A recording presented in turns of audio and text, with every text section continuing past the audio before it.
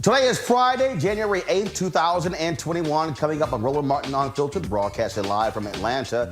FBI, they are all across the country tracking down and arresting the Trump white domestic terrorists that stormed the U.S. Capitol on a Wednesday. We will show you some of these arrests. We'll also talk with California Congresswoman Maxine Waters about the Capitol Police. Was this an inside job? The black law enforcement organization Noble is calling for a review of why the Capitol Police were so unprepared. Their president will join us. Trump says he will not attend Joe Biden's inauguration. We don't give a shit. And Maya Ponsetto, the woman who attacked a teenager she falsely accused of stealing her iPhone, has finally been arrested. She did an interview with Gayle King, and was her ass dismissive of Gayle? And in Chicago, a brick with racial slurs on it was thrown through the window of a black-owned restaurant. And another crazy-ass white woman met the wrong sister. Wait until you see the quick jab, of this Sugar Ray Robinson. It is time to bring the funk on Roland Martin Unfiltered. Let's go. He's got it. Whatever the biz, he's on it. Whatever it is, he's got the scoop, the fact, the find. And when it breaks, he's right on time and it's rolling. Best believe he's knowing. Putting it down from sports to news to politics. With entertainment just for kicks, he's rolling. It's on go, y'all. It's Roland Martin, rolling with Roland now. He's funk, he's fresh, he's real, the best, you know he's Roland Martin now.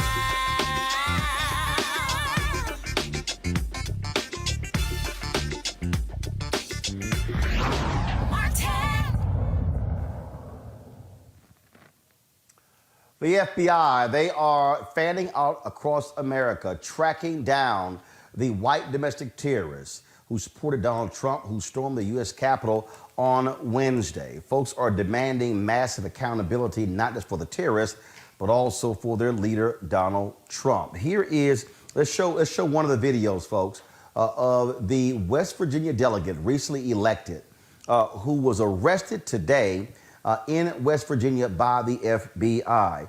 His grandmother was not at all happy about him getting arrested. If y'all have that video, play it, please. If not, I'll play it for. Okay, so as you see, now listen to this, y'all. Just listen.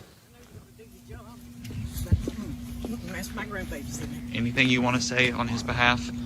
He's a fine man. And thank you, Mr. Trump, for inviting a riot at the White House. And you're his grandmother? I'm his grandmother.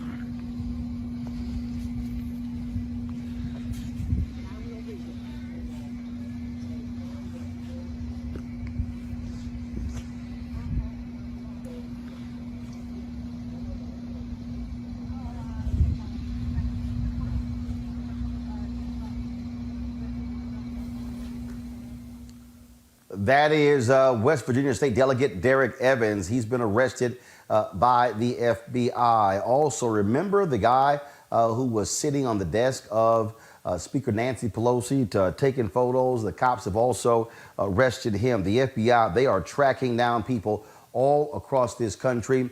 Many of these folks were live streaming them out here talking and live streaming them, putting their photos up. And the FBI, well, they've been scouring all of the different photos looking for these folks. It goes to show you exactly how devastating this was. By the way, 5 people are now dead because a Capitol police officer who was on life support died last night. And so that's one of the other issues that law enforcement has. Folks, this has been a stunning last 2 days.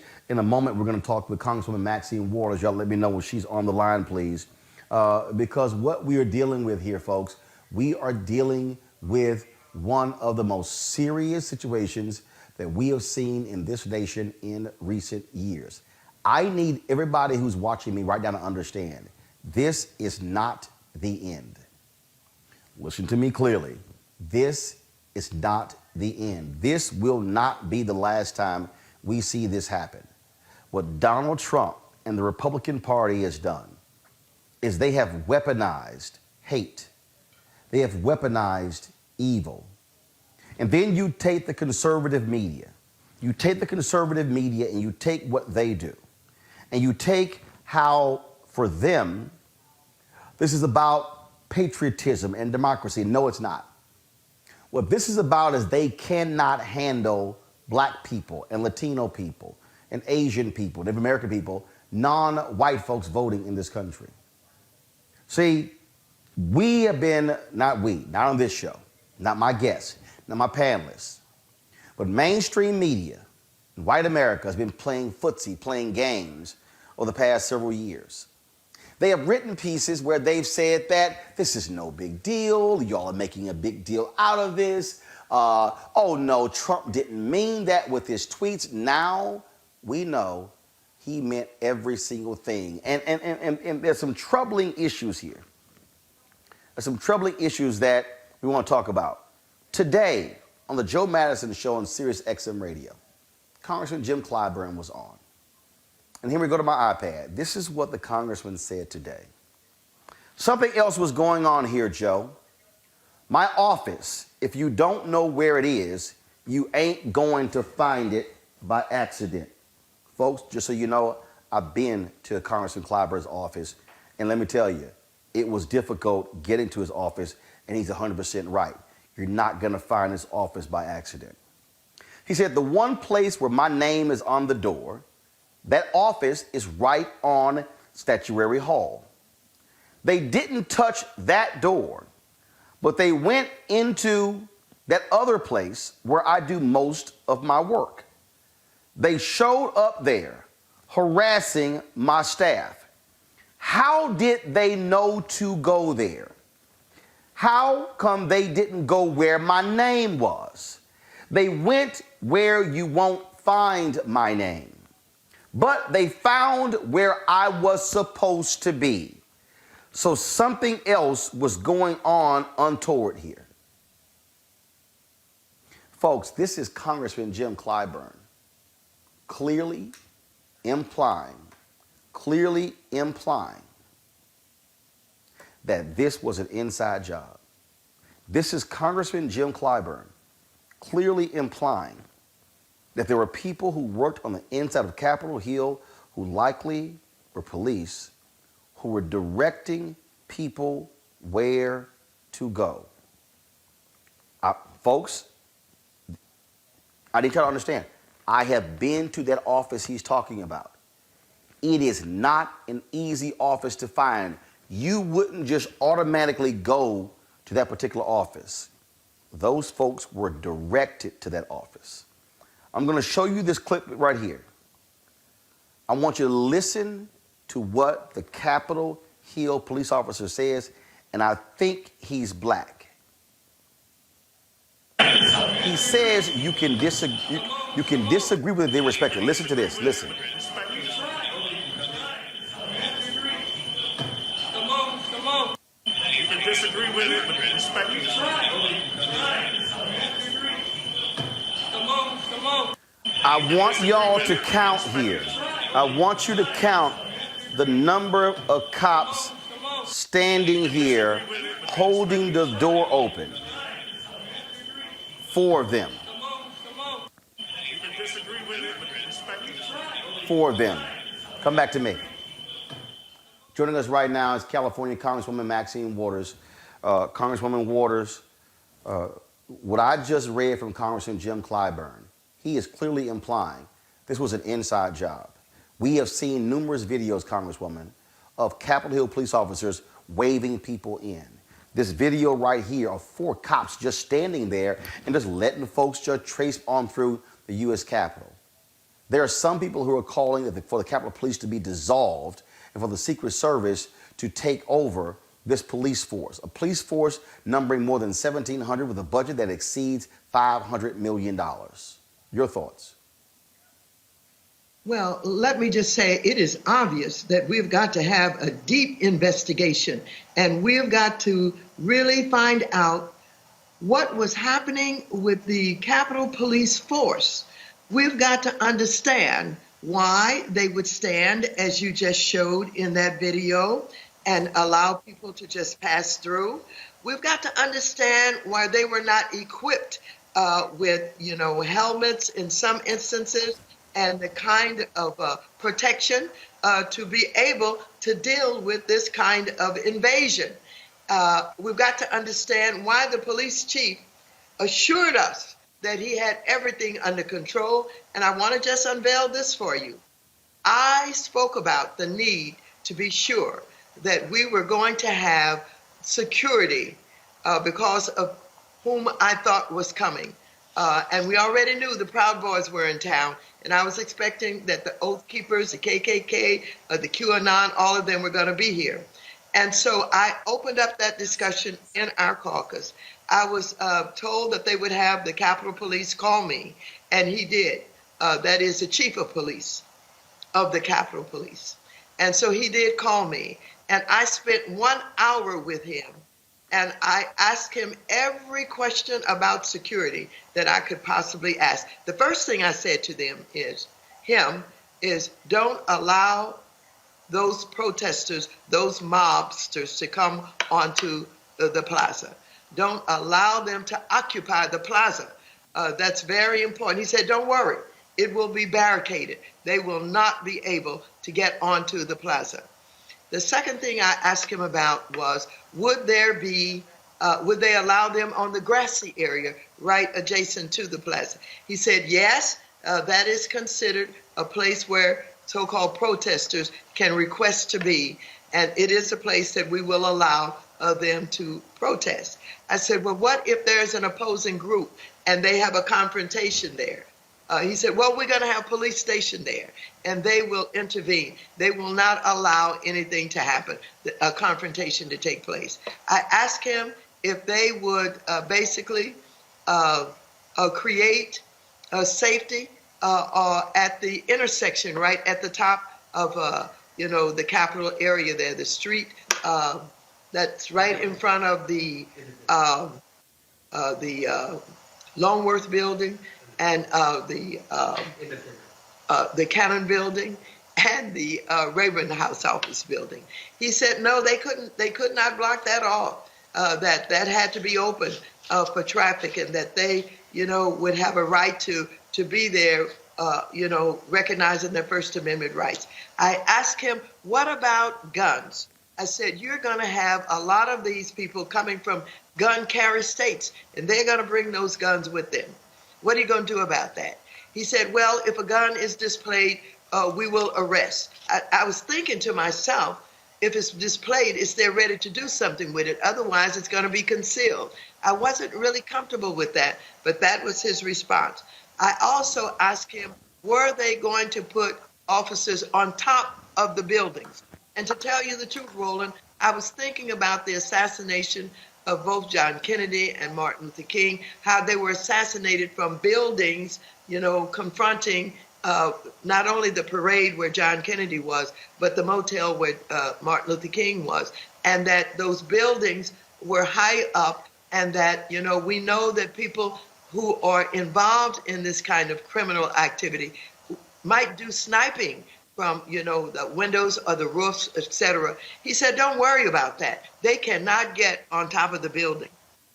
In the first place, they'd have to go through the Capitol in order to find their way up to the top of the building. And they can't get into the Capitol. That won't happen.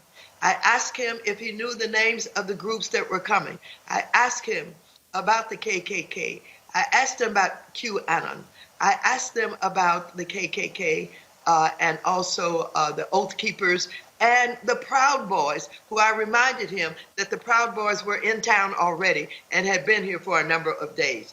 He said that they have a system by which people have to request to protest and be in certain areas, and they had to sign up. But individuals could sign up, and they wouldn't necessarily have to identify that they were with a group. And I thought that sounded strange to me, but seemed to me that they would want to know that we have groups who are basically domestic terrorists, and that they should be contained. They should not be allowed to be in what you consider the allowable protest areas, etc. But he assured me that They have people who have to register. They talk to me. He talked to me about the forums where they could come and being on the internet to register, all of that. But the bottom line was he made sure that he gave me the kind of answers that would comfort me and others who maybe I would be talking to, that he had it under control, that he was confident that he could take care of it. And so I left there, feeling, well, he's the police chief. He must know something. And so I was shocked, as everybody else was, to experience the invasion of these domestic terrorists in the way that I did and others did. And I called the police chief while it was going on, and I told him I was extremely upset. I was so very concerned that the conversation that we had, he assured me that, in fact, he was in charge and he had it under control. In fact, he was not. And so here we are with what has happened, with them breaking the windows, with them scaling the walls, with them charging past our officers, doing hand-to-hand combat with some of the officers, chasing an officer up the stairs who was running from them, and going on the House floor and the Senate chambers also, going into Nancy Pelosi's office, and as Jim Clyburn has described, trying to get in his door. And this is not only a stain on our democracy, as we are being watched, as we were watched from around the world, we no longer hold the preeminent place of being able to have a democracy that really works, that we have buildings that are very secure, and that we can certainly talk to others about what they need to do to have democracies that work and how they need to have the kind of security in the event that they have this kind of outrageous invasion of their most sacred building in all of government. And so that's what it's all about, Roland. I know that you've been, talking with people. You understand. You watched what was going on. And here we are now. We're talking about what we can do to make the president accountable. We're talking about impeachment and waiving all the rules so that we can get the resolution up on the floor. We're talking about the 25th Amendment and what we can do to get with Pence, who has to be in charge of that, to organize the cabinet people in order to consider this. We're talking about what we can do to try and force him to resign. We don't know what's going to happen at this point, but we all convinced that we cannot walk away without making every effort possible to get him out of office, even though it's only a few days left for him to serve. Here's an article from Associated Press that I find to be shocking and stunning. The National Guard. The Pentagon asked the U.S. Capitol Police 3 days before if they needed National Guard manpower. They said no. But this is the one that I don't understand. As the mob descended on the building Wednesday, Justice Department leaders reached out to offer up FBI agents. The police turned them down both times. Yes, and I was shocked by that also. And when we do our investigation and the reorganization of security, all of that's got to be taken into consideration, and those questions have got to be answered. Why was it turned down? And what is it in reorganization of our security should happen, and who should be communicating with whom? And I also asked our Capitol Police, the chief of police, whether or not he had the cooperation of and was working with the Metropolitan Police. He said, absolutely, that was not a problem. I did not ask him about the FBI, and I did not ask him about other possibilities to assist with security, and he did not offer it. And when I talked to him on the day that it was taking place in real time, when they were, crashing in to the Capitol, he simply said, "We're doing the best we can. We're doing the best we can," and that was only his only answer he gave me. The reason I'm staying on the Capitol Police is because I am greatly disturbed, Congresswoman, for your safety and that of others. Y'all have to trust the Capitol Police are going to protect you. And there was a Capitol Police officer who was anonymous, who gave an interview, who said that there were cops and members of the military who were in this crowd of terrorists, flashing their IDs going by them. Then when you see these comments and you see these actions of these cops, I'm scared for you that you may have some folks who are going to allow someone to come in. There was a video we had earlier of in Oregon, an Oregon state representative who opened the door for these right-wing extremists to come into the place. The problem is the evil folks who you're trying to fight, they may be right sitting next to you in Congress. I mean, I don't think people really understand what Wednesday was about and how serious this is for the future of the country, the safety of folks like you, as well as when it comes to the democracy of our society. Well, Roland, I have to tell you, I was so pleased that I left the gallery early after the two houses separated and went into a debate about the objections that had been made on, I believe it was Arizona, the first state that was taken up. And I decided not to stay there and listen to the debate because I knew our members who had been identified from one of our committees to be able, who were going to speak. I also knew about what they were going to say. So I got up and I left and I walked back to my office. And from the time I walked from the gallery to my office, I didn't see one Capitol Police, nobody, until I got to the end of where the tram is, where the underground transportation is. And so I came into my office and we saw what was going on television. We locked our doors and we did not move. We did not go out. And at one point, I was advised that the Capitol Police wanted us to leave and I think either be escorted to or come to another one of the office buildings. I think it was the Cannon building I told them I wasn't going anywhere. I didn't trust the Capitol Police to tell me where to go or to even guide me any place, and I would not go. I stayed here and we stayed locked in. And so, yes, I know and I truly believe that if I had encountered those insurrectionists, those mobsters, that I would have been killed. I am a targeted person, and to tell you, even with the woman who was killed, her name is Ashley Babbitt. They found information in her automobile that shows that she was said she had made other very, very disparaging comments about us. I am sure that I would have been killed. And so, yes, it was serious.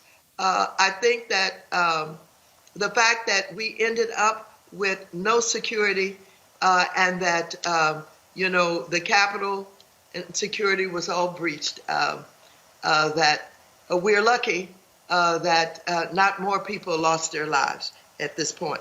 And I'm told that they had other kinds of weapons and they had some, what do you call those bombs? Molotov cocktails. They had Molotov cocktails. That one guy was arrested with 11 Molotov cocktails. Well, that's what we understand. That's what we understand. And so last question for you. Last question for you.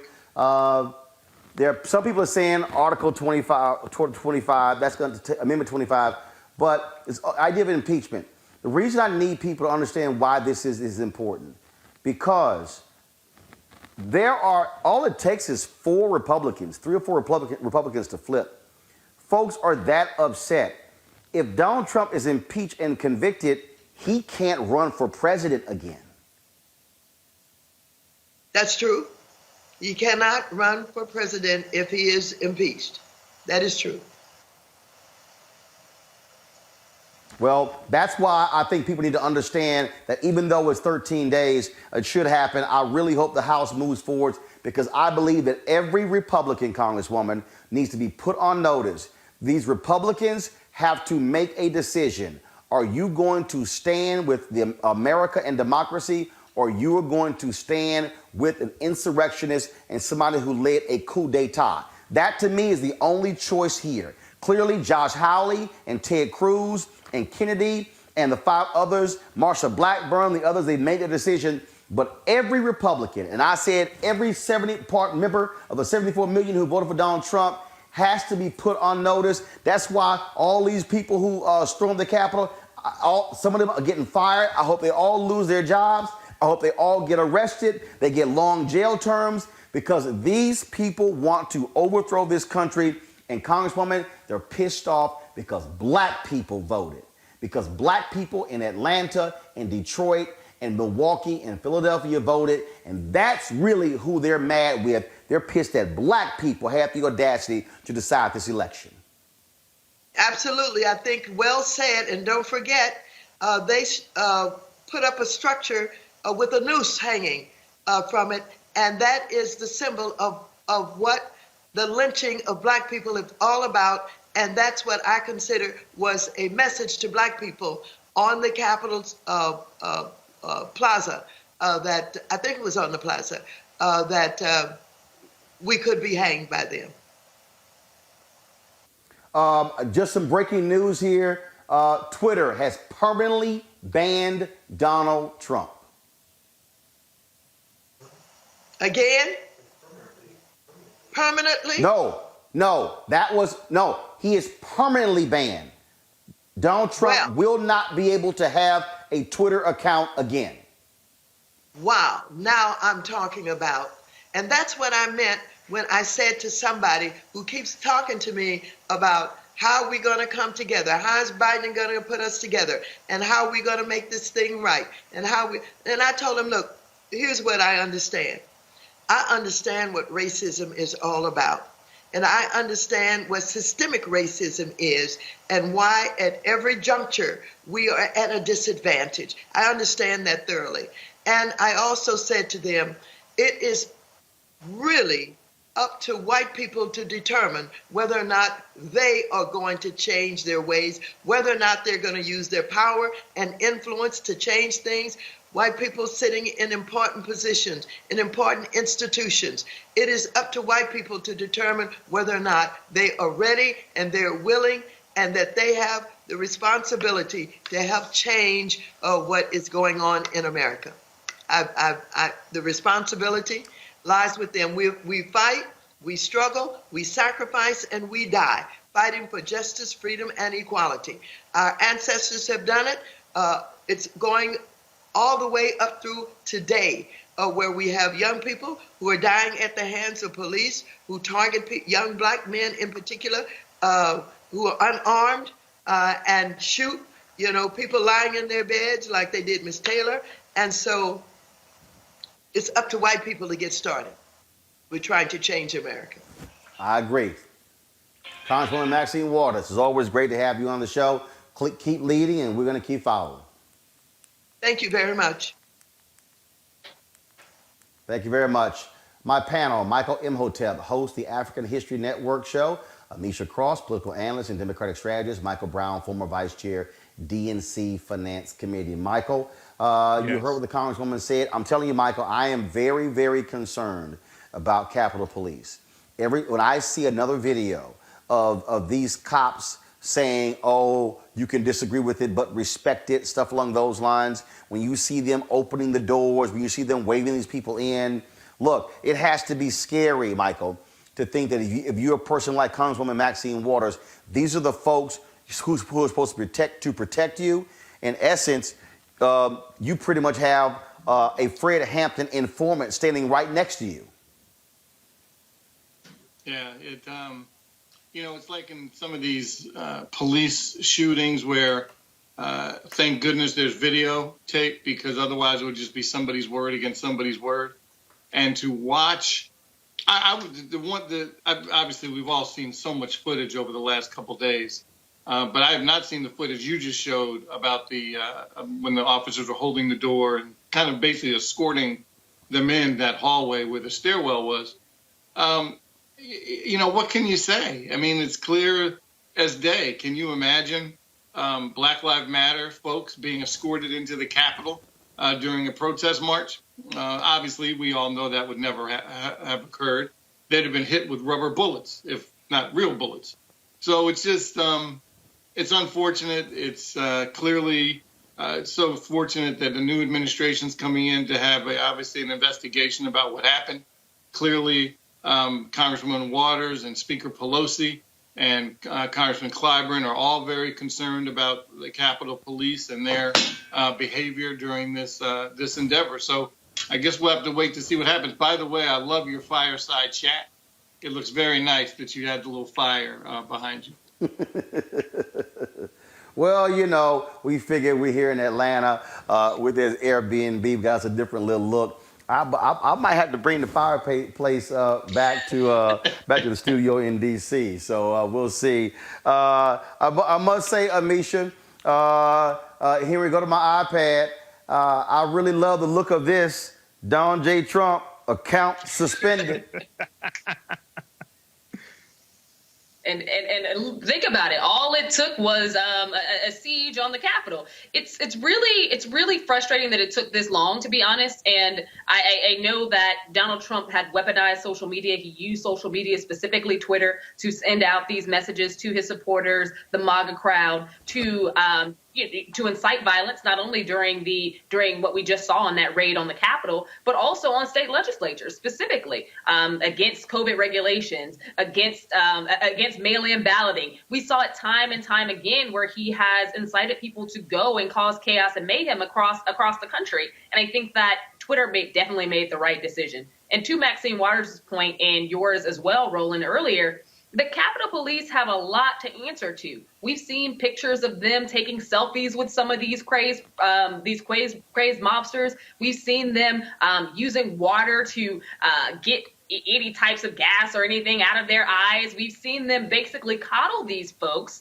in addition to doing handshakes and telling them that they were doing the right thing. And I think we do have to question how a lot of these individuals knew exactly what offices to get to, how to get to certain offices, the speed at which they were able to do it, and the fact that, all of this was a lot more coordinated than is being led to believe by some of our major media sources. A story came out of Raw Story today, which basically alluded to the fact that the Republican attorney generals funded a lot of these individuals to come to D.C., funded a lot of this, a lot of what we saw happen the other day. So I think that there are a lot of people who need to be taken to task here. And we need to not only just think about the day in question, but also all of the people who are involved in orchestrating it. And quite frankly, Republicans have a lot of blood on their hands. Michael Imhotep, I made a reference to William O'Neill. William O'Neill was the informant for the FBI, who was the right-hand man of Fred Hampton. He was the man who gave the officers in Chicago and the state's attorney's office, gave them the floor plans of the house where Fred Hampton was and pinpointed exactly where Fred Hampton was sleeping, and was the one who gave Fred Hampton the drink that knocked him out as well. That is of concern, to have these Capitol Police officers walking around with badges and guns, and they are there to protect members. Who says one of these folks doesn't go rogue and decides to fire a bullet into a CBC member because they stand with Trump in these domestic terrorists? This is the greatest concern that we have. It's same reason for the president. The Secret Service is there to protect the president, and there's always that fear of an inside job. These people showed themselves. They showed exactly who they are on Wednesday. Absolutely. And, there has to be a thorough vetting of the U.S. Capitol Police, just who are members of the U.S. Capitol Police. There has to be a thorough vetting of who are members of the U.S. Capitol Police.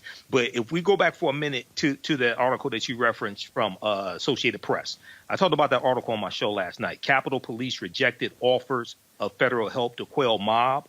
So you have to add, when you connect that to Representative Steny Hoyer being in the basement in a bunker or something, contacting Governor of Maryland, Larry Hogan, asking Larry Hogan to send in the National Guard. And it takes 90 minutes for Larry Hogan to get approval from the Secretary of Defense or the Pentagon to send National Guard in. And then when you look at this article, second paragraph, it says, despite plenty of warnings of a possible insurrection and ample resources and time to prepare, the Capitol Police planned only for a free speech demonstration. But these people have been planning for weeks on social media, and they were planning an insurrection. It was out there in the open. So what made them think this was just going to be a free speech demonstration? So it's more than just I think it's more than just an inside job. There's something. I think it's multiple things happening at the same time with this. But this has to be fairly investigated. People need to be prosecuted. We already saw that U.S. Capitol Police Chief Stephen Sund has announced he's resigning. Nancy Pelosi demanded his resignation. So one thing's for certain: this can't happen again.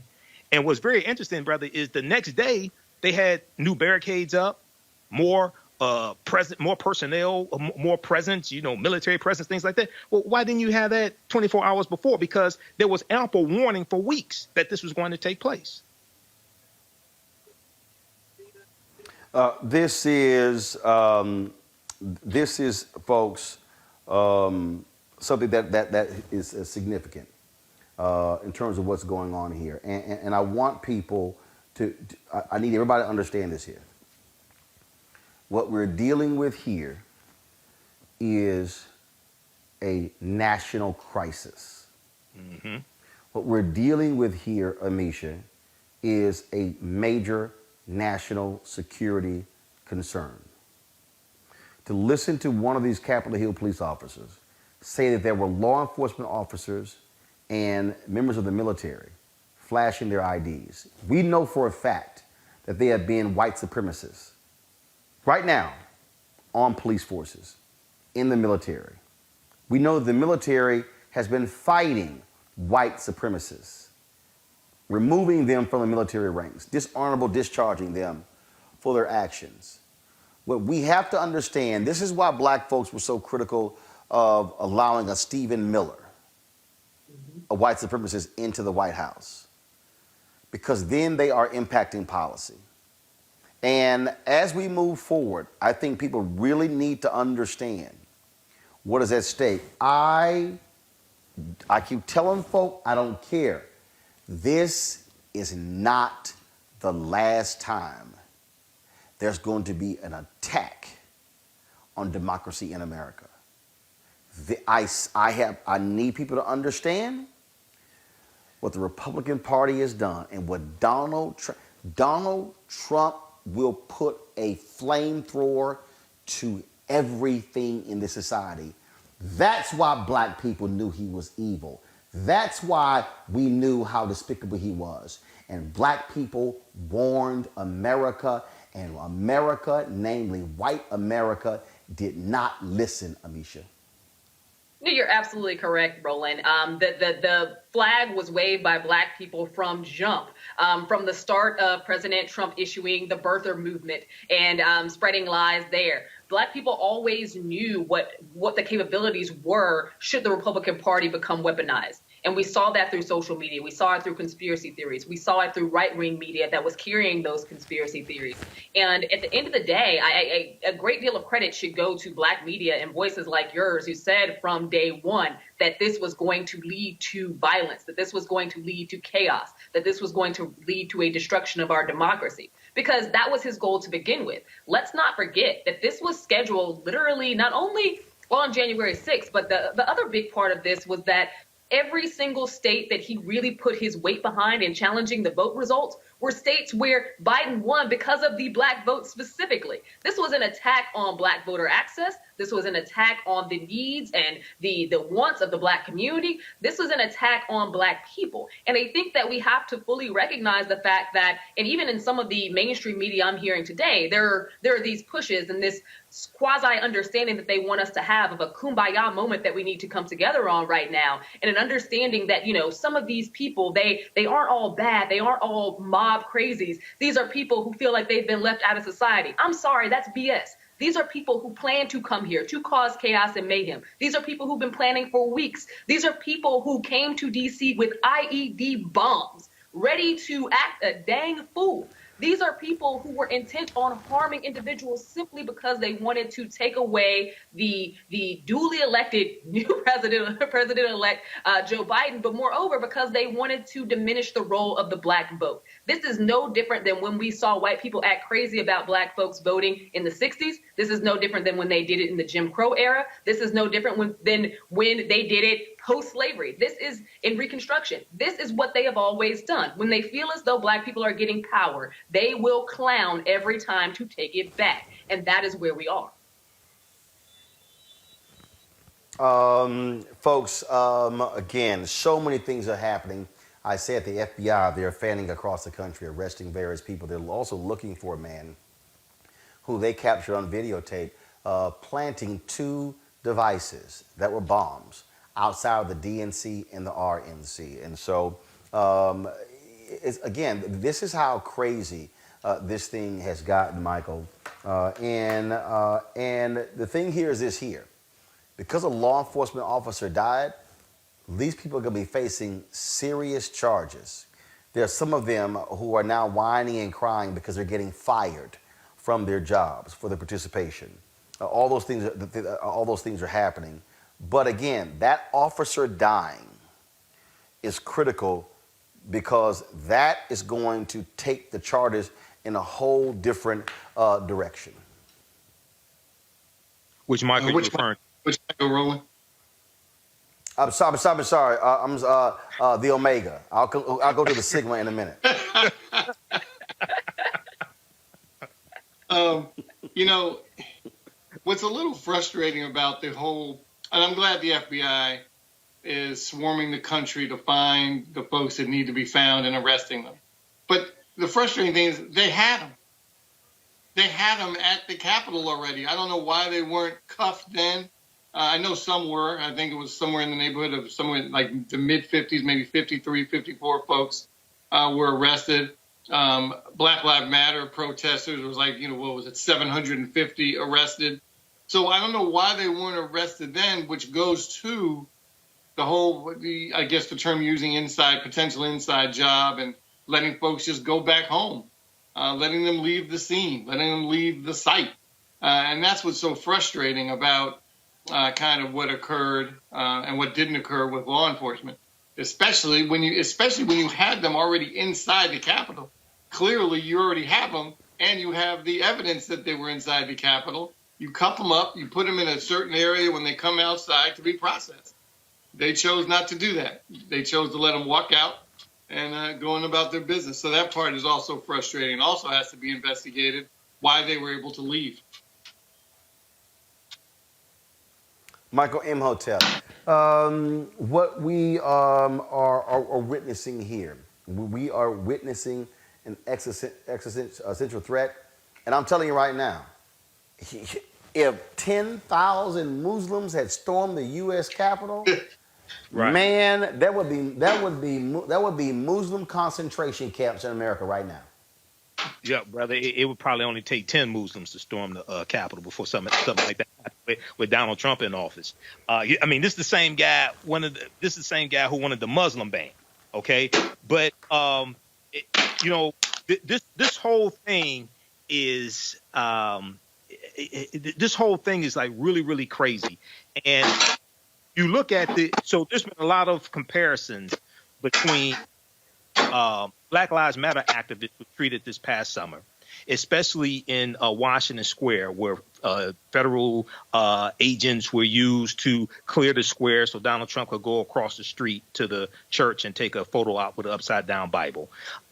Even Joe Biden has talked about this the past couple of days. Today he called today he did a press conference and he called the insurrectionists domestic terrorist thugs, and he's correct about that. But I think it's important for us to really understand. This is one of the things I know you were doing this in 2016, and I used to guest host your nationally syndicated radio show in 2016. This is one of the very thing that I was warning our people about in 2016, long before the election.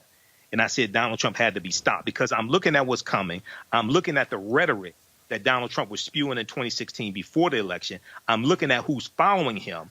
You talked about Stephen Miller. People have to understand there were about 4,000 positions in Trump's administration he had to fill. A lot of times our people look at the presidency as one person. No, Stephen Miller has crafted a lot of these policies, and Stephen Miller has written a lot of speeches and things like that for Donald Trump. And when you research Stephen Miller, this is one of the biggest white supremacists, and he should never be in a position like this. He should never have this type of power. So, brother, we have to be on guard. These next 12, 13 days are going to be very tumultuous.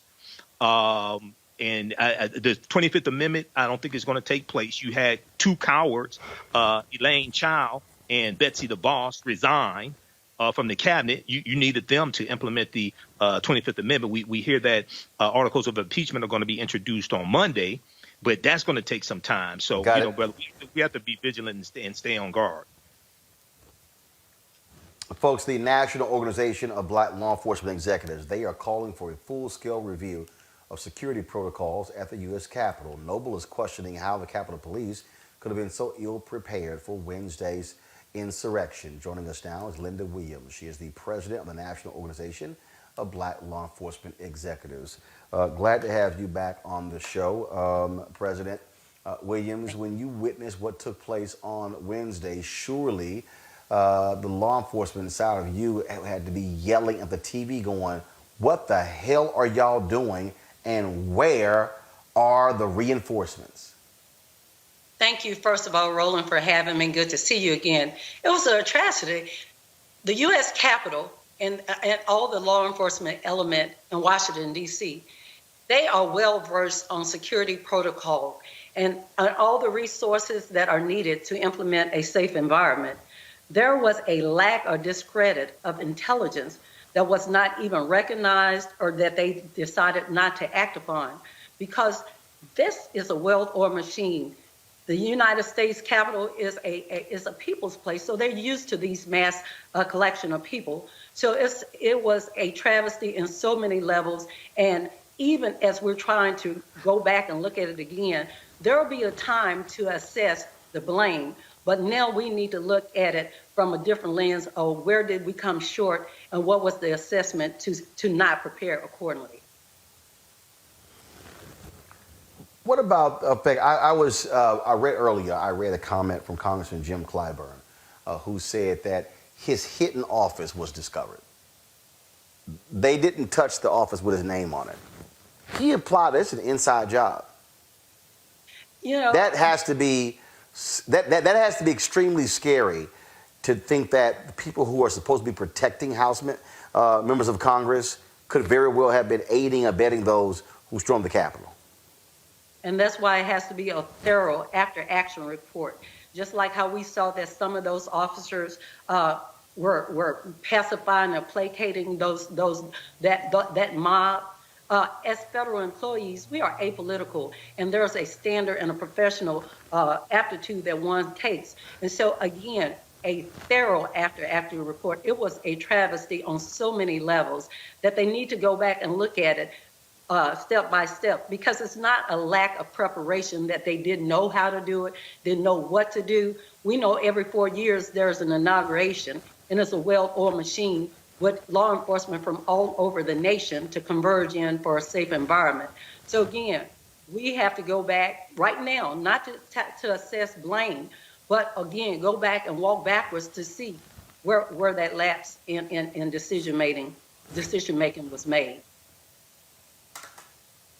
I'm hearing, first of all, the interim police chief is Yogananda Pittman. She was a deputy to Stephen's son. She is now the acting chief of Capitol Police, a sister now. And the thing here, how do you lead an investigation of this type? Some people are saying put Capitol Police under Secret Service. And so how does one go about, even some people are saying, you got to purge the ranks of people who were aiding and abetting these folks. How do you even do that? It starts with a collaborative effort, not only from the investigative arm of the Capitol Police, but external investigators to come in to make it unbiased. And so it has to start from day one of what that planning, how they start planning, and who made the ultimate decisions of not to execute, the elements and the resources needed to control such. So it goes way back. They are very well tuned, and they have done this over and over without this occurring. So again, the decision makers, who did that and for what reason, and that's where we need to start, because this is nothing new. It happens all the time. Now, with the intel, or whether they were biased in doing that and not to give the same protection and put the resources for a crowd of that nature versus what they did to Black Lives Matter, is what we need to look at. We talked to Congresswoman Maxine Waters, and she had a meeting with the chief, the former chief now. We assured her everything is going to be fine. But what really bothers me is after, like in the midst of this coup d'etat, the Justice Department called and said, hey, we can send FBI agents. They go, nah, we're good. We got this under control. What? I would think in that situation, you say all hands on deck, send me everybody you got. Well, Roland, the proof is in the pudding. The images bear themselves out. We saw what happened. We saw that there was a mob. They call it insurrection or coup. Domestic terrorist is what it is. And so, again, that they would sleep at the wheel, that they decided, because this has not been done at a Trump rally before. That's not in-depth intel. You still have to prepare and be on the ready. One thing in all of my training as a federal agent, you are trained for what you know. You might not get to execute those skill set every day, but this is something that wasn't out of the ordinary, and a plan and a secure security plan was in place. There's a standing MOU throughout Washington, D.C., as we see all the time, and you know that even at the White House, Secret Service guards the White House ground, Park Police handles the sidewalks, and Metropolitan handles the street. So it is ever rotating jurisdictional support as we secure these buildings in Washington, D.C. So it wasn't that the security plan did not exist. The choice was made. Why didn't we execute it accordingly? Linda Williams, President of Noble, we certainly appreciate it. Thank you so very much for joining us. And thank you for having me. All right, got to go to a break. When we come back, we'll talk about Donald Trump saying he's not going to go to Joe Biden's inauguration. Well, we ain't going to miss your punk ass not being there. That's next on Roland Martin Unfiltered. I want to talk to the Trump supporters for a minute. I don't know who you are, and I don't know why you like this guy. Whatever he does, he accuses everyone else of doing. The man cannot tell the truth, but he combines it with being a narcissist. A narcissist at a level I don't think this country's ever seen. And my concern is that he would grab up that power and really treat the country as sort of his little bully fiefdom. Donald Trump is everything I taught my children not to do in kindergarten. He's been exploiting working Americans for 40 years. He's a race-baiting, xenophobic, religious bigot. He says he's for the little guy, but he's actually built a lot of his businesses on the backs of the little guy. Donald Trump the other day said that, quote, if he tells a soldier to commit a war crime, the soldier will just go do it. And I don't think Donald Trump has even read the Constitution, knows what's in the Constitution. A toxic mix of demagoguery and mean-spiritedness and nonsense. I just cannot support Donald Trump. Donald Trump is a delusional narcissist and an orange-faced windbag. Donald Trump is a con artist. He doesn't know the difference between truth and lies. He lies practically every word that comes out of his mouth. I think he's a kook. I think he's crazy. I think he's unfit for office.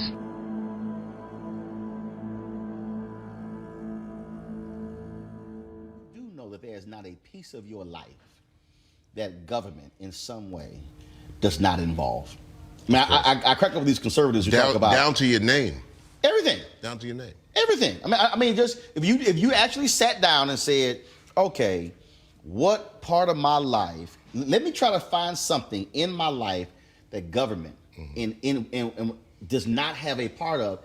I can't think of a single thing. You can say, fine, they don't impact my marriage. Yes, they do. Because you got to get that marriage license. Yep. From the birth to the tomb. And if you're going to be here in the United States of America, whether you like it or not, you got to know about it. You got to know its history. Because when somebody knows about you more than you know yourself, that's slavery. That's volunteer slavery. Yeah. So it's almost like double the education we got to pick up of what this place is all about, how it works, how it runs. I'm a firm believer, being in 112 countries, that you got to think global and act local. But you better act local. What still impacts and what creates change is when we mobilize. When we say we're not powerless, and if I get with you and you and you, and all of a sudden it's 10, then 20, then 100, then 500, then 2,000, then 5,000, all of a sudden you have mobilized people, that creates that voting power. And then when you throw somebody out, it catches their attention real quick. But not only just that, they have to know what it is that they're standing for. Because if you have friends that talks politics, then of course we're having a decent conversation and I'm being educated at the same time. But if my group of people are not talking about that, then I still don't know. So I can unite with you, and then I'm making sure that you have the voice, but what if you don't have the courage to speak? So you're still getting a group of people together that don't know how to do nothing.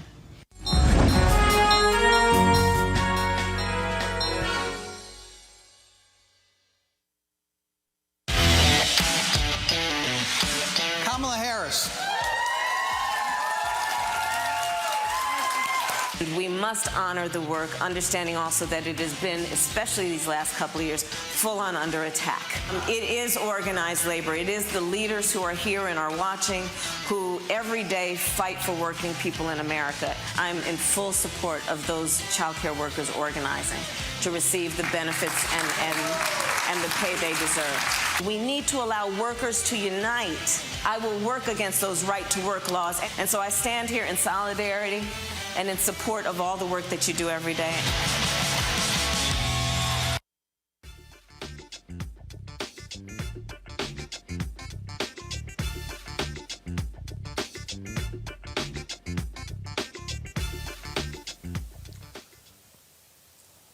All right, folks, so welcome back to Roland Martin Unfiltered. You know, it must be something for Lindsey Graham of South Carolina. He has spent the last 4 years kissing Donald Trump's ass, carrying his water.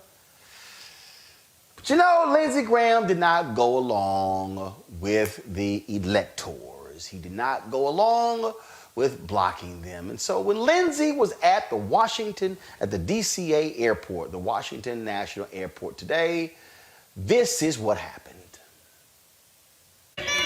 You traitor! You traitor! You're a traitor! You're a traitor!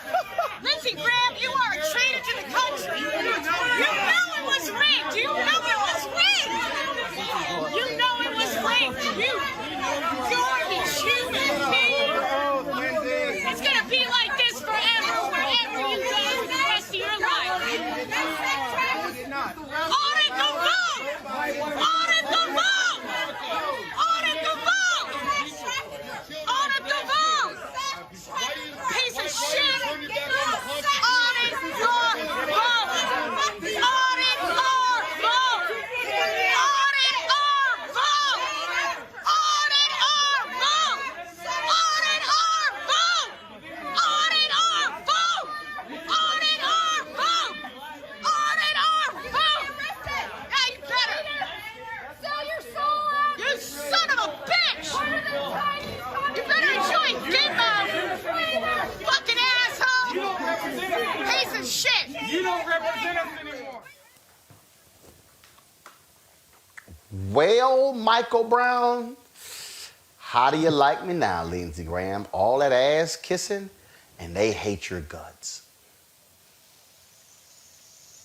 All the golf he played with the president, all the protection, all the carrying the water, all that I got your back.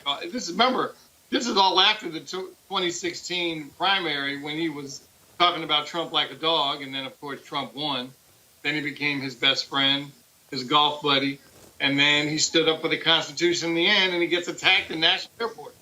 So, but those are the chickens coming home to roost for all of these Republicans that now have to deal with the consequences of basically driving off the cliff with this guy. He's messed up their party. Keep in mind, he became president. Obviously, the Republicans had the White House. They had the House of Representatives in 2016. They had the Senate. He lost it all.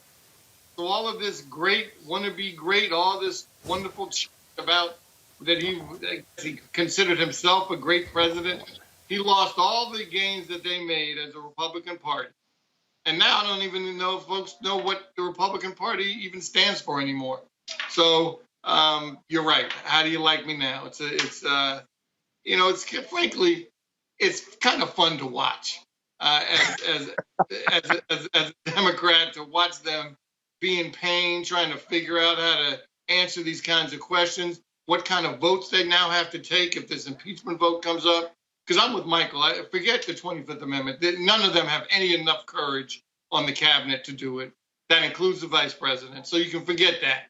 The only chance that you have to hold them accountable at all is an impeachment. So we'll see what happens, whether there's enough time for a trial. But keep in mind, even after he leaves the presidency, a trial can still happen, which will then be controlled by Chuck Schumer. So there still could be accountability for folks in the end. I have absolutely no sympathy whatsoever for that punk ass Lindsey Graham. Michael Imhotep, I have none. I'm punk ass Trump, punk ass Graham, punk ass Ted Cruz, punk ass Josh Hawley, yep, punk ass Marsha Blackburn, punk ass Kennedy, all of them. I got none whatsoever. They get everything they deserve because they have protected that thug. They had no decency, no morals, no values, no principles, and I don't care. I don't care whatever. Cuss them out, yell, scream, holler. I don't care. I feel the same way, Roland, on a lot of that because, see, they aided and abetted Trump for the past 4 years, and we have to really understand all these Republican senators, with the exception of Mitt Romney to a certain extent, all of them have blood on their hands. The reason why is not only have they aided and abetted Trump, but back in February 2020, when they had the chance to vote to remove him from office, and this was early on dealing with coronavirus, before it was even labeled a pandemic, they choked and they didn't remove him from office. People like Susan Collins said, oh, she thinks he learned his lesson, then she backtracked on that. Lisa Murkowski had the opportunity to vote to remove him from office, and they didn't do that. Now you got 360,000 people dead from coronavirus. If you had removed it from office and if you had lived up to your oath that you took to defend the Constitution against enemies both foreign and domestic, we wouldn't be in this situation now. Now you got 360,000 dead from coronavirus. You have a cratering economy. You have this insurrection that took place on January 6th. Okay, now you want to jump to the right side of history because African Americans and Hispanics and Asian Americans and some right-thinking white people rose up and voted his ass out of office. Now you want to jump to the right side of history. I have no sympathy for any of them. Lisa Murkowski just came out and she said she's for removing Trump from office through impeachment. Why didn't you do that back in February 2020 when you had the chance? So I have no sympathy for them. And if Dr. Greg Carr was here, my friend Dr. Greg Carr, if he was here, he would call them the White Nationalist Party because that's exactly what the Republican Party is. They are the White Nationalist Party. Well, then they have their white nationalist apologists like Ainsley Earnhardt on Fox News. Y'all, listen to this BS.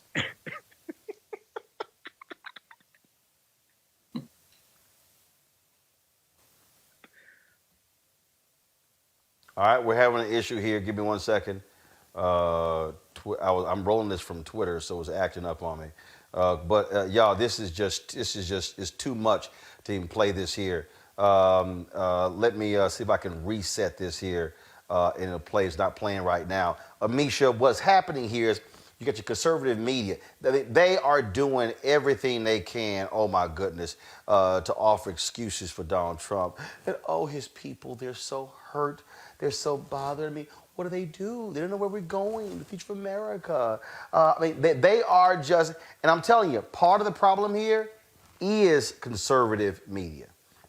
They are part of the problem because they're the ones who refuse to speak truth to these people.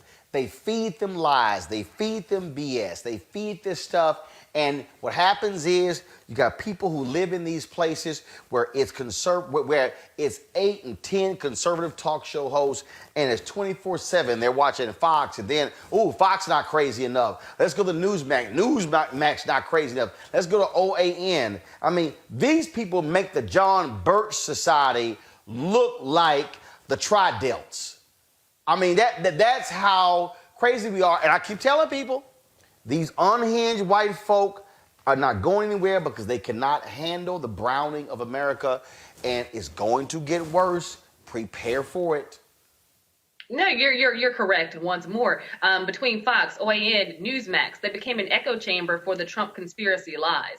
They operated as another wing of the White House, as his own personal press. And I feel as though at this point, after the insurrection acts that we saw, of course, it's great that Trump got banned from Twitter. But why did it take that? Just a few months ago, hell, a lot of his followers staged a kidnapping plot for a sitting governor. There's a lot here that should have been deemed extremely problematic and dangerous a long time ago, and no one cared. And now Fox News can't even seem to create a way to backtrack the many ways that they've handicapped this system. At this point, they are trying to basically downplay the actions of these individuals. Oh, you know, they feel economically lost, or they feel like that their party abandoned them. No, they got hella upset because what they believed was that Donald Trump, because he told them on Twitter and at rallies and anywhere else he could go, that Mike Pence was going to pull a last-minute Hail Mary and give them what they wanted. Give Trump the election. That just wasn't going to happen. And once these individuals noticed that it wasn't, they were ready to become armed and dangerous. And let's not act like they went out and grabbed arms on the day of. They came here with things intent on violence if things did not go the way that they wanted them to go, because that's what Trump directed them to do. And Fox News and OAN and Newsmax and anyone else who tries to call it anything other than what it was, they are just as complicit. And even in the days after, and we're still seeing deaths, we're still seeing exactly what the extent of that violence was, they, for whatever reason, cannot come to grips with the fact that they also have blood on their hands. They helped to create this problem. And I think that, to be honest, there are certain Republicans, Josh Hawley, absolutely one of them, but also various people in conservative media who don't want this crowd of chaos to go away. They're enjoying watching this because they see this as something that could potentially quell what they see as a big threat to their way of life. And that is the Black people. That is the brown people. That is our country turning towards more people of color and actually, you know, Black and brown people having voices and exercising those voices, not only at the polls, but also in terms of leadership. They're getting upset because they actually have to compete. They're getting upset because there's no longer this automatic job that's waiting for them that they don't also have to compete with a person of color for. They're getting upset when they're watching more and more Black women graduate at rates that eclipse that of all other demographics. There's a lot that they're frustrated about, and it has absolutely nothing to do with party or partisan politics and everything to do with race. Here's that ridiculous comment from Ainsley Earnhardt. Y'all listen to this stupidity. There are 75 million people that voted for President Trump, and they're scared. They're worried about what the future of this country looks like. Many of them... They're confused. They are. They're confused. They're heartbroken that their candidate didn't win, and they don't want to be forgotten. And Tucker Carlson really hit home with this last night. Listen. You know, there are 75 million people that voted for President Trump, and they're scared. They're worried about what the future of this country looks like. Many of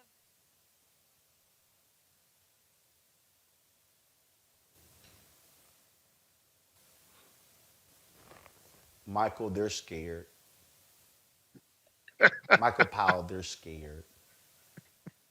Michael, they don't know what's going to happen next. I mean, is the sun going to come up tomorrow? I mean, what's going to happen? Are we going to wake up tomorrow and we're all wearing French berets? I mean, what's going to happen tomorrow? Are we all going to be forced to eat Canadian maple syrup? I mean, it's what's going to happen next week? Will there be fajitas for breakfast in the morning? I don't know what's going to happen. This was the last election of all elections. Who knows if there's going to be a presidential election in 24? I think Joe Biden might live to be 178. Oh my goodness, that means he's going to be the president for the next century. I just don't know what we're going to do. I mean, are we supposed to wake up tomorrow and go to work because Donald Trump lost?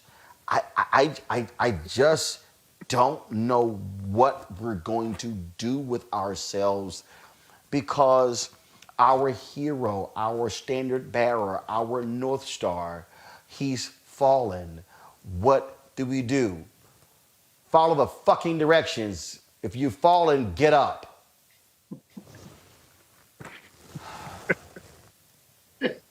Which Michael? People are sick. Michael Powell. They're sick. They're stupid. Michael Powell is stupid. They're oh my God. You know what, Henry? Go ahead and go to the iPad again. President Trump, and they're scared. They're worried about what the future of this country looks like. Many of them, they're confused. They are. They're confused. They're heartbroken that their candidate didn't win, and they don't want to be forgotten. And Tucker Carlson really hit home with this last night. Listen, there are 75 million. Michael Powell, they don't want to be forgotten. You're not forgotten. The FBI is looking for your asses right now. Trust me, you're not forgotten. We all know who y'all are. Michael Powell, go ahead. I don't think he can hear you, Roland. Michael Powell. Michael Powell, go ahead. Yeah, it is the definition. It is the definition of white privilege, which you just articulated, Roland, and that's what happened on Wednesday. I mean, there was just these attitudes of, the crowd is going to be probably all white or mostly white. I don't think we need to have police on horseback or tanks or fences. We don't need to have it, whether it's inside job or not. There should be a colorblind protocol for security. It doesn't matter whether it's Mothers Against Drunk Driving or Black Lives Matter or these white supremacist racist groups. They should all be treated the same relative to security protocols. And that's part of my frustration, Roland, as you know, with D.C. being a D.C. guy and D.C. not being a state yet, is on certain things, we should be able to do our own security. For example, yes, the Capitol Hill complex is the Capitol Police, at least as of now, until maybe things change. But the streets are ours. And those black fences that are now up are actually on DC streets. And we could have done that ourselves. There's nothing wrong with us. We don't have to ask permission on certain things. Not everything we have to ask permission on. There's nothing obviously wrong with working with the federal government on different security matters. But we don't have to ask permission for everything. That's why we need to be a state. So then there's no confusion on when the National Guard comes up or when the head of our state, soon to be state, can call a neighboring state and say, hey, can you please bring your National Guard in, without having to go through several different phone calls and different bureaucratic agencies to get the help. So there are a lot of different things that hopefully come out during these investigations outside of the terrible part about 5 people dying. Obviously, the Capitol being run over by white supremacists and Trump supporters. So there are a lot of other things, too, that may come out of this that hopefully help move things forward, like D.C. statehood. Amisha, I've really got to stay on stupid Ainsley Earnhardt. I got one more, okay? Y'all are going to really love this one. Roll it. You know what? Mike Pence can just wave that magic wand. It'll all be fixed. I hope that doesn't taint their relationship because they have been such supporters of one another and been a good team because Donald Trump... How can it be good after that? I'm sure it won't be, but I hope that, I hope the president will be able to forgive him because Mike Pence is such a stellar individual. His walk with God is amazing. I mean, he's a good man. And, both of them have done a lot to help the country. And I hope that they can move forward and move past this and just agree that there were differences. I'm sure the president feels like I'm responsible for him becoming vice president, so he should have done this for me. But the president, as you've been saying all along, Brian, the vice president has stood by his side and supported him all along the way. So hopefully their friendship won't end after this for the good of the country. I bet you it's done. Yeah, I know. So. You know what? Mike Pence can just wave that. Okay, and Amisha, when Steve Doocy is the voice of common sense, you know you're an idiot. Because he is truly one of the dumbest people on television. Ainsley Earnhardt makes Steve Doocy look like magna cum laude. Well, Roland, we have seen time after time how quick Donald Trump disposes of his would-be alliances when they no longer work for him. When the moment that Mike Pence signaled that he was not going to not only reverberate the statements that we heard from Donald Trump about the election being fraudulent and all of that, but also go back and basically go against his constitutional and procedural duty as assigned on Tuesday, and it has been historically done for year after year after year in terms of the presidential transition, it was over. That relationship was done. And Donald Trump knew that Mike Pence wasn't going to do it. He knew that his pressure campaign wasn't going to work the entire time. And that's why I think there's so much unrest to be paid on Donald Trump's culpability in this entire heinous situation, because he knew that Mike Pence was going to be a man of the Constitution in that moment. And to Ainsley, I honestly don't understand where she's been over the past 4 years. Donald Trump throws away friends and acquaintances like used toilet paper. This is not a new thing. It doesn't matter how long he's known these individuals. He acts like he doesn't know you, just like Peter did in the Bible. Cock crows 3 times and it's over. I don't know you. I ain't never seen you. And I'm just surprised. Well, not surprised, because she's been touting lies on Fox forever. It's frustrating that she's continually pushing this narrative. But I think that some Republicans like her are doing it because the recognition is that Mike Pence will still have a place in the Republican Party. The idea from a lot of the Fox News types was that Trump was supposed to be the kingmaker. He was bringing in fundraising dollars. He was helping some state elected officials get to their positions. And all of that died when they lost the Senate. That died when he completely lost in large numbers. This wasn't a small electoral victory for Joe Biden. He mopped the floor with Donald Trump. And I think that, that reset the entire narrative. And now it's this Hail Mary, let's try to bring together the old band and put them back together again, because Mike Pence is the one who's going to come out of this shining, not Donald Trump.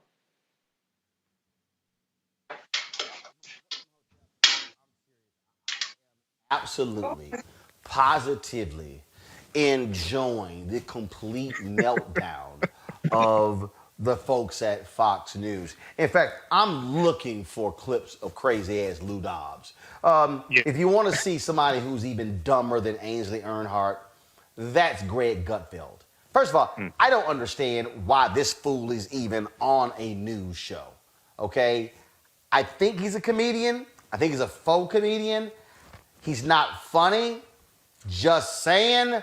But listen to this masterful whining. I understand why calling for an audit that Cruz wanted and Trump wanted is a call for an insurrection. It was a preventative, because I've said this 1,000 times, that when you remove dialogue or a conversation or just going back and forth from the process, all you end up with is violence. And you have people who feel like there's no hope. And I think what we're seeing here is a lot of people with no hope. And I would like to coin a phrase. I think the genie is out of the bottle on this. There's no way to turn this back. You have millions of people who do not trust their institutions, and you know what? They're justified. You can't trust the media because they lie to you. You can't trust the elections because there is fraud. There is fraud. We don't know how much there is because every time someone brings it up, they're dismissed as conspiratorial rubes. We got to change because it's going to get worse before it gets better. Another phrase I just coined. You are really on a roll here. Again, something Greg just said. Original. Greg, you had Gabe Sterling. You had a Republican election official in Georgia go down the line and say, Yeah, this no. He cherry-picked. He cherry-picked. Mr. Raffensperger, hang on, you're please. just spouting Mr. what we already Raffensperger, heard. the Secretary of State. Well, I'm just telling you that when you say that people aren't answering these questions, that people aren't looking into these issues, that's not true. And by the way, it's true. Saying they're debunked, it's not answering the question. You guys don't want me to speak today because you've been talking for 2 days. You are so defensive. You've been talking for 2 days. I haven't. I'm trying to speak to you, Greg. I'm right here speaking to you, and I'm telling you that Republicans, election officials, have said there is not this issue that you. That's why I say those people were lied to. They were fed lies and incited. They are on social media and they are receiving points of that total distortion. Can I respond? That's why they think that you talk about 75 million who need to be heard. Yes. Why should we hear people who are being fed lies? There you go. We finally got to the point. These people are so stupid that they fell for Trump's lies. That's what they think about you. You said that. I said they were being fed lies. I was your editor today, Juan. No, you just distorted it. They are not stupid. They are being fed lies. They're gullible. What I just said to you. They're naive. Unlike you, Juan. Hey, Juan. You see right through it. You know, hey, Juan, you know what a big lie was that they were fed, that the whole country was fed? That Hunter was clean and his laptop was hacked and it was a Russian scam. That lie right there by your friends in the media and corporate America, that right there probably had more impact on this election than any of the little shenanigans you guys cooked up in Wayne County or Fulton County. And that's a fact, and that's not a lie, and you can't deny that at all. My last comment's going to be 74 million voted for Trump. 80 million voted for Biden. We're all Americans. Let's figure out a way to come together. We'll figure out that. Okay. More on the 5 coming up next. So Michael Imhotep, I'm confused. Yeah. Idiot Greg Gutfeld says, we need to have dialogue, but he won't let Juan talk. Right. Then he says that you can't trust the media because they lie. Then he lied. Then he said, there's voter fraud, but we can't talk about it because then you're called a kook. Where's your evidence? I mean, literally, the lying that he says exists, and then he says the media lies. You're a dude you're a media dude on a TV show, and you're lying. So basically, he was really talking about himself. Well, you know, it's a number of different things wrong with that segment, Roland. I'm glad you played it.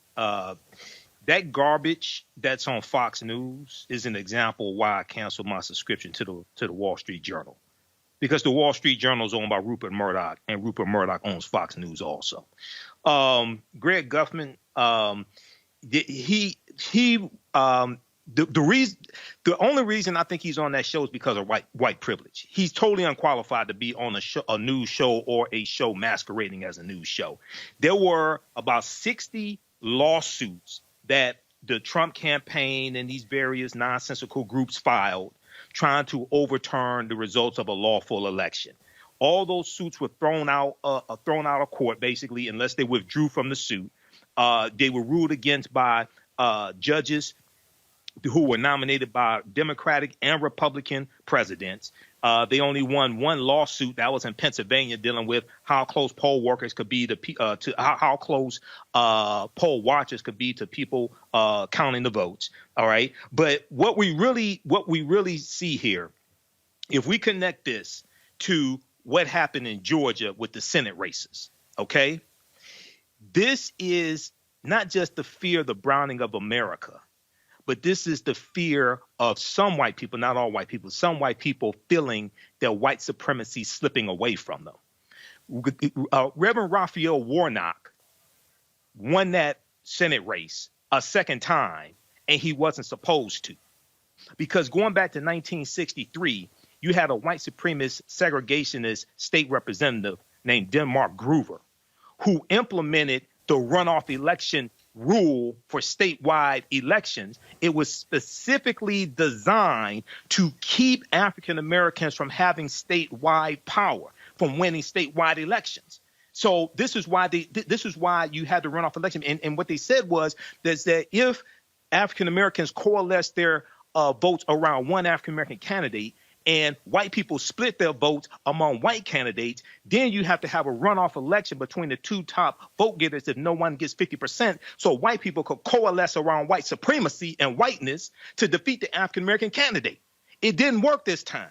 And you got a lot of these, well, you have a lot of these people, not all white people, but enough of them, so 74 million of them voted for Trump, who can't handle this. Okay? Well, but see, this is the chickens coming home to roost. You on stolen land and borrowed time. You on land stolen from Native Americans and indigenous African people, and then also Mexicans. Okay, and they can't handle the fact that some of them can't handle the fact that they're losing power. All right. So when the woman said that who speaks for them, you know, they don't know what's going to happen yet. They don't know what's going to happen next. Most of them have never been in this situation before because they've always had white privilege to fall back on, and they feel it's slipping away from them now. But they can always depend upon the protector of whiteness, Tucker Carlson. Right. Listen to this utter silliness, Michael Brown, from last night. Much more concerned we are about whether Donald Trump can claim that he actually won Pennsylvania or Arizona or whatever. The Trump protest at the Capitol yesterday is already being used as a pretext for an unprecedented crackdown on civil liberties. Just in the last several hours, we have heard people in positions of power and authority demand that those who support Donald Trump should no longer be allowed to publish books or use the internet or fly on airplanes.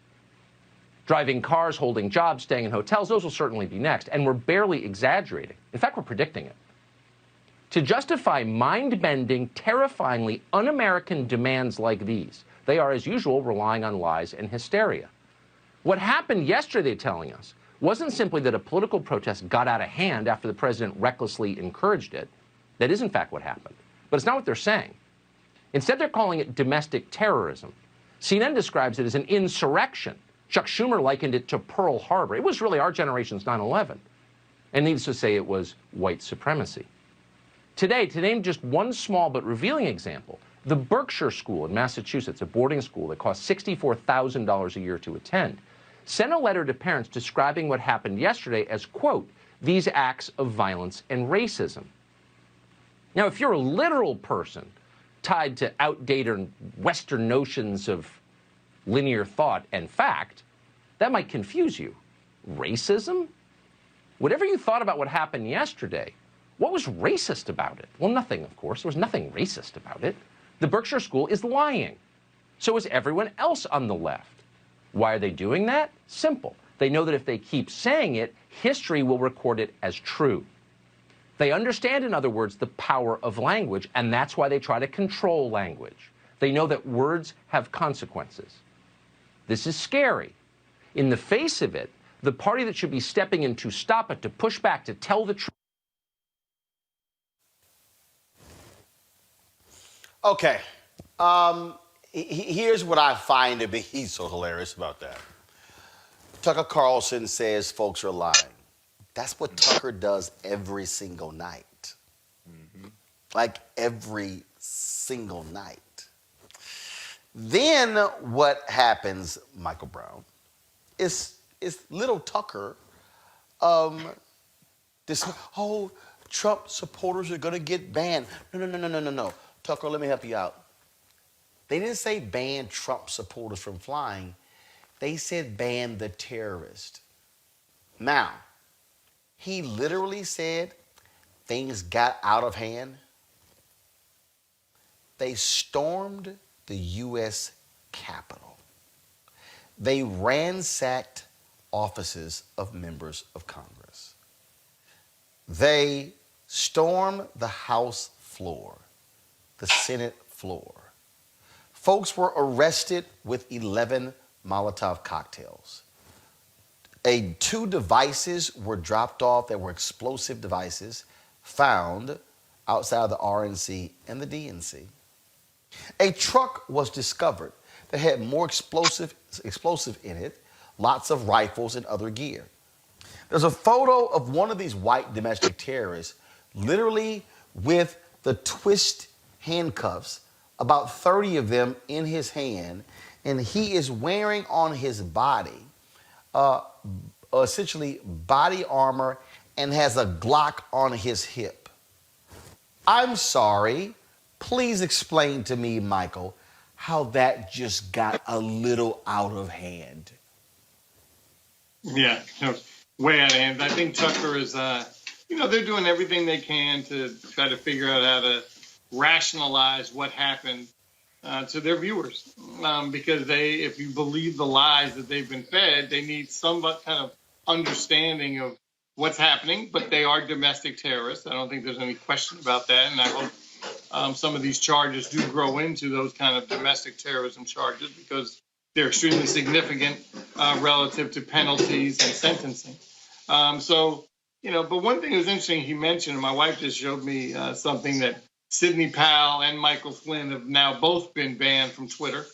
So I don't know if the president was passing messages through them to tweet, but now they're banned from Twitter. So it does seem to, and I think Tucker had mentioned that about the whole cancel culture we're in. But, it's too bad that you brought this on yourself. This is all self-inflicted by this administration, by the president. They've all done this to themselves, thinking. Remember, one of the reasons they've been so cavalier is because they thought, it doesn't matter. Bill Barr will take care of you in the end. Don't worry about it. Lindsey Graham and the Senate and our senators, Republican senators, will take care of us. Don't worry about it. They'll protect us. Mitch McConnell will protect us. Representative McCarthy will protect us. Don't worry, Matt Gaetz will protect us. We'll be okay. And now they've gone so far. When you've attacked another branch of government, basically that's what it was. The executive branch attacked the legislative branch. That's what happened. And so I think some folks, it's gotten a little too much and they don't know how to recover.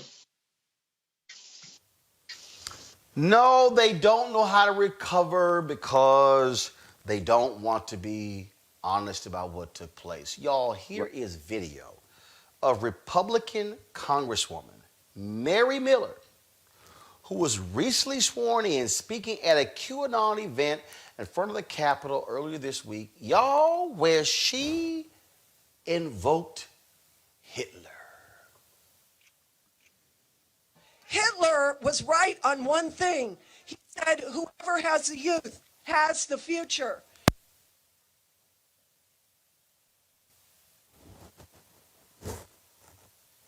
Play that again. Hitler was right on one thing. He said, whoever has the youth has the future.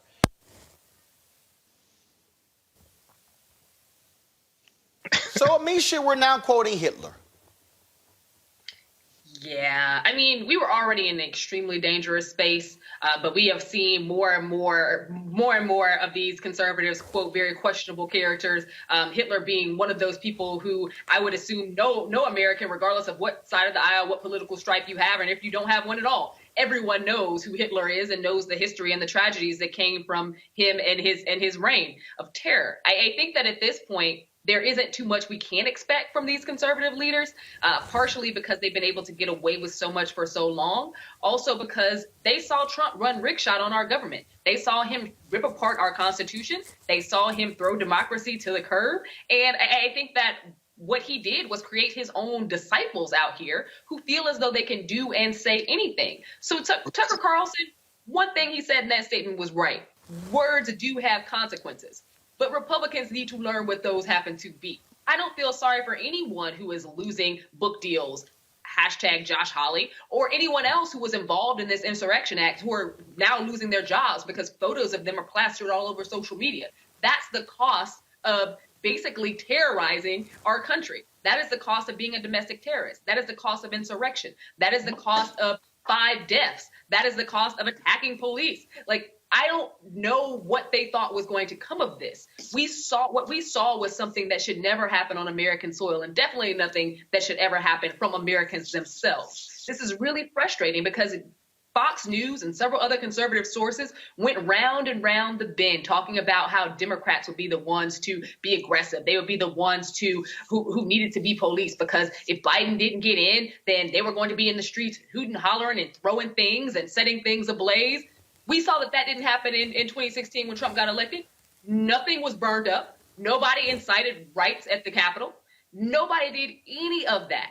But here in 2020, well, in 2021 at this point, there has to be a day of reckoning for not only Donald Trump and his co-conspirators and those crazies who were out there causing chaos and mayhem, but also these right-wing media sources and those on the dark web who have influencer check marks by their names, who are absolutely fine funneling Trump's lies, despite the fact that they knew all along what those things would lead to. And Fox News is culpable as well. Michael Imhotep, I really believe sometimes we need a little comic relief. So we might as well go to that Trump-loving little leprechaun, Terrence Williams. If y'all want to see truth, matter of fact, maybe I should do this here. Henry, go to the wide shot. Go to the wide shot. So y'all, this is Terrence. This is little Terrence Williams doing his little tap dance show. His little tap dance. His little tap dance routine. Y'all watch this. I just want to give y'all some comic relief on this Friday before the weekend. Here, little leprechaun, Terrence Williams. Do y'all not know that they just banned the president of the United States of America? I don't give a damn what side you on. They just banned the president of the United States of America. Every single body in this country should be alarmed by that. Do y'all not? I don't care what side you on. I don't care if you're a Democrat. I don't care if you are a Republican. I don't care if you are a liberal or a conservative. They just banned the president. Do they really got that much power where they are silencing the president of the United States of America? And y'all think this shit is funny? I don't care about my language right now. I don't give a damn. This is some bullshit. This is some bullshit, and y'all know it. If they are coming for the president, you damn right they're coming for you too. You damn right they're coming for me. This is absolutely disgusting. Follow me on Parler. Twitter, you can kiss my ass.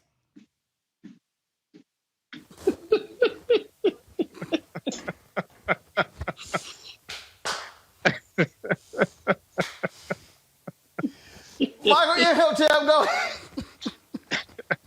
Well, you know, brother, it's first of all, man, when you have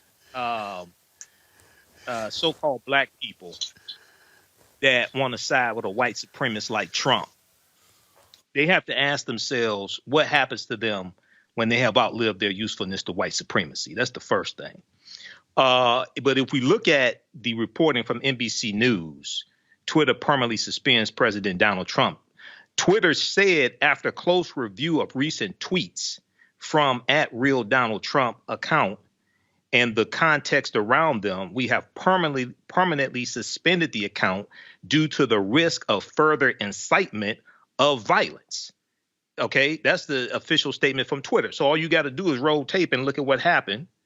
Okay, and Trump encouraged that. So yeah, it's long overdue for him to be permanently banned from Twitter. He's received warnings. He's had tweets where he put out false information. He's one of the biggest purveyors of conspiracy theories. Okay, he has 100 million followers, so rightfully so. Then you had Lieutenant General Michael Flynn, a traitor. You had Sidney Powell. Their Twitter accounts were suspended earlier today. Then Trump's, but then we also see that Apple has put Parler on notice. Your little friend mentioned Parler there. BuzzFeed News reports that Apple has threatened to ban Parler from the App Store. The social networking app favored by conservatives has been given 24 hours to institute a moderation policy.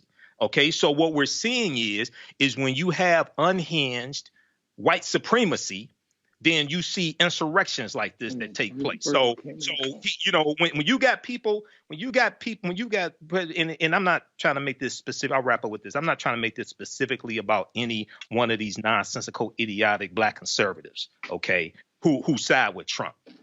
But a lot of them, man, when if they had a rally like that, they're gonna have to have a sign on them that says, "I want the good ones." Otherwise, they're gonna get their asses knocked out. That's what's gonna happen to them. So you got to understand what happens. You got to ask yourself the question: what happens to you when you have outlived your usefulness to white supremacy? Well, Michael, since you said you might get your ass knocked out, y'all know what time it is. Oh, no. I'm white. I got you, huh? Don't put me in the box. Keep the three of them on my property. Whoa! Hey! Give me your ass. You don't live here. I'm uncomfortable.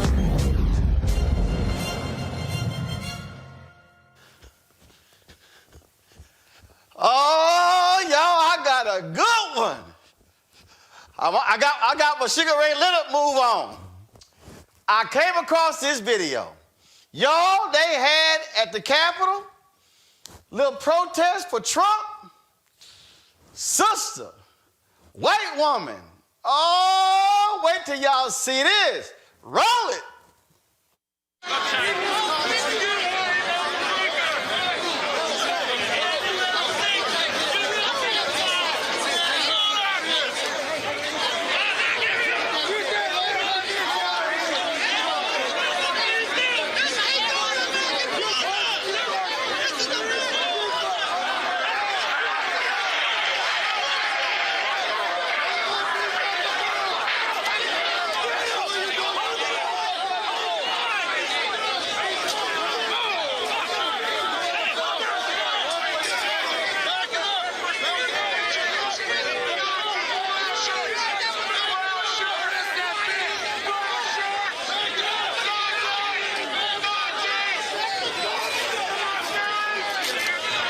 Come here, Henry.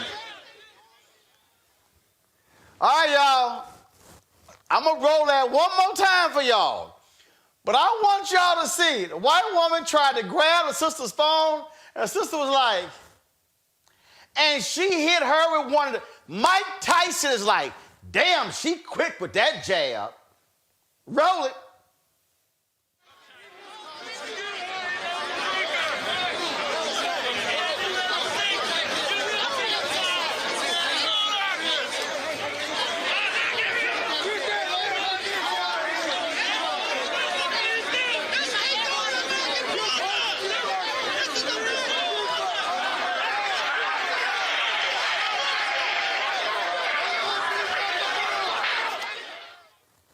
Y'all, it gets better.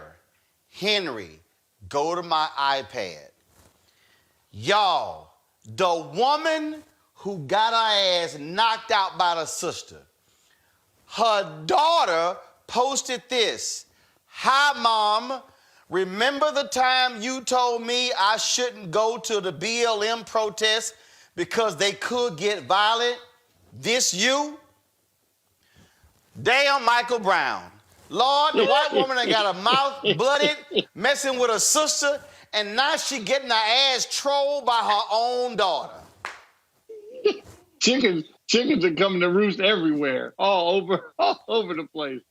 I mean, this is just crazy. But I'm glad the sister did what she needed to do, sitting in front of all them folks in that crowd. She defended herself because I don't know why the lady's reaching for her phone anyway. It's not her property.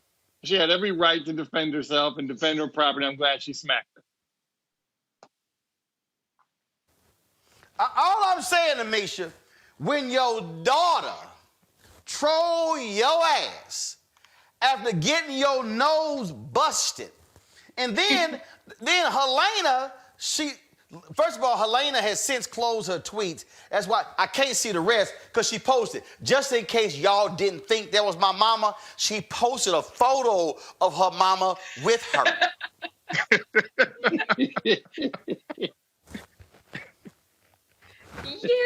Yeah, there's a certain level of, oh my God, do as I say, not as I do type thing, where she tried to instill in her daughter this crazy fear of BLM, and that BLM protests were ultimately dangerous. Meanwhile, mom is out here being a straight clown, snatching people's personal property and not expecting to get walked. That girl's hands were really quick. The one frustrating thing that I saw in that video was, as soon as she knocked the hell out of that woman, the man stood up and kind of looked like he was about to get aggressive. Whenever that happens, that's a little much for me, because that woman got exactly what she deserved, because she extended her hand. At the end of the day, none of this would have happened if she had to try to reach and grab that woman's phone. So with as much fear as they act like they have of black people, sometimes. Yeah. When it comes to actually committing a violent act towards them or doing something they shouldn't be doing towards black people, they feel like they can get away with it scot-free. And this woman showed that that's definitely not the case. You can catch these hands.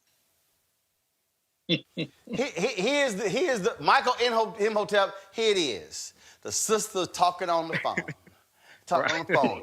White woman try to grab the phone. Sister goes, I know your ass didn't. Whoop! Yep. That's right. Cross. A lot of these people, man, have and I'm not talking about all white people, but it's two things that we see here.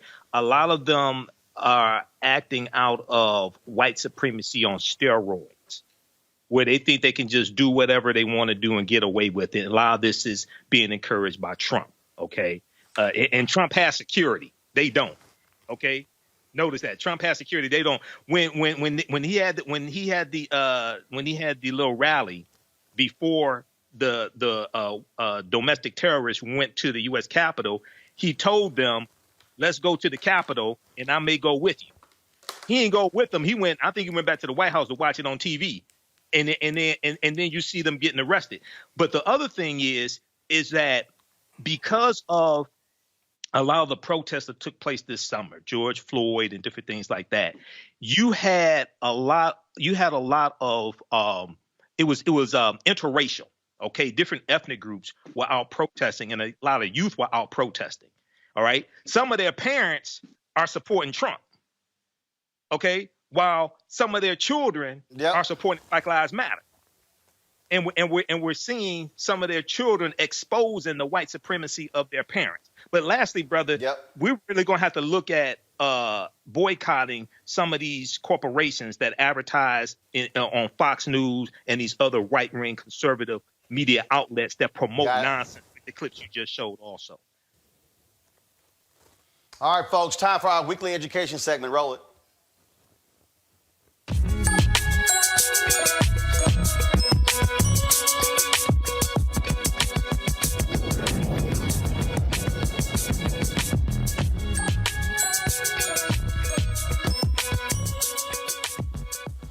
All right, y'all, we were going to talk about COVID with my next guest. He is Dennis McKessie. He's the CEO and board chairman of the Off School Grounds Coalition. Dennis, glad to have you in Roland Martin Unfiltered. But Dennis, I'm about to throw you a curveball, but I want you just to roll with me, okay? You ready? Absolutely. All right, yes, so Dennis, here's the curveball. Here's what's happening right now.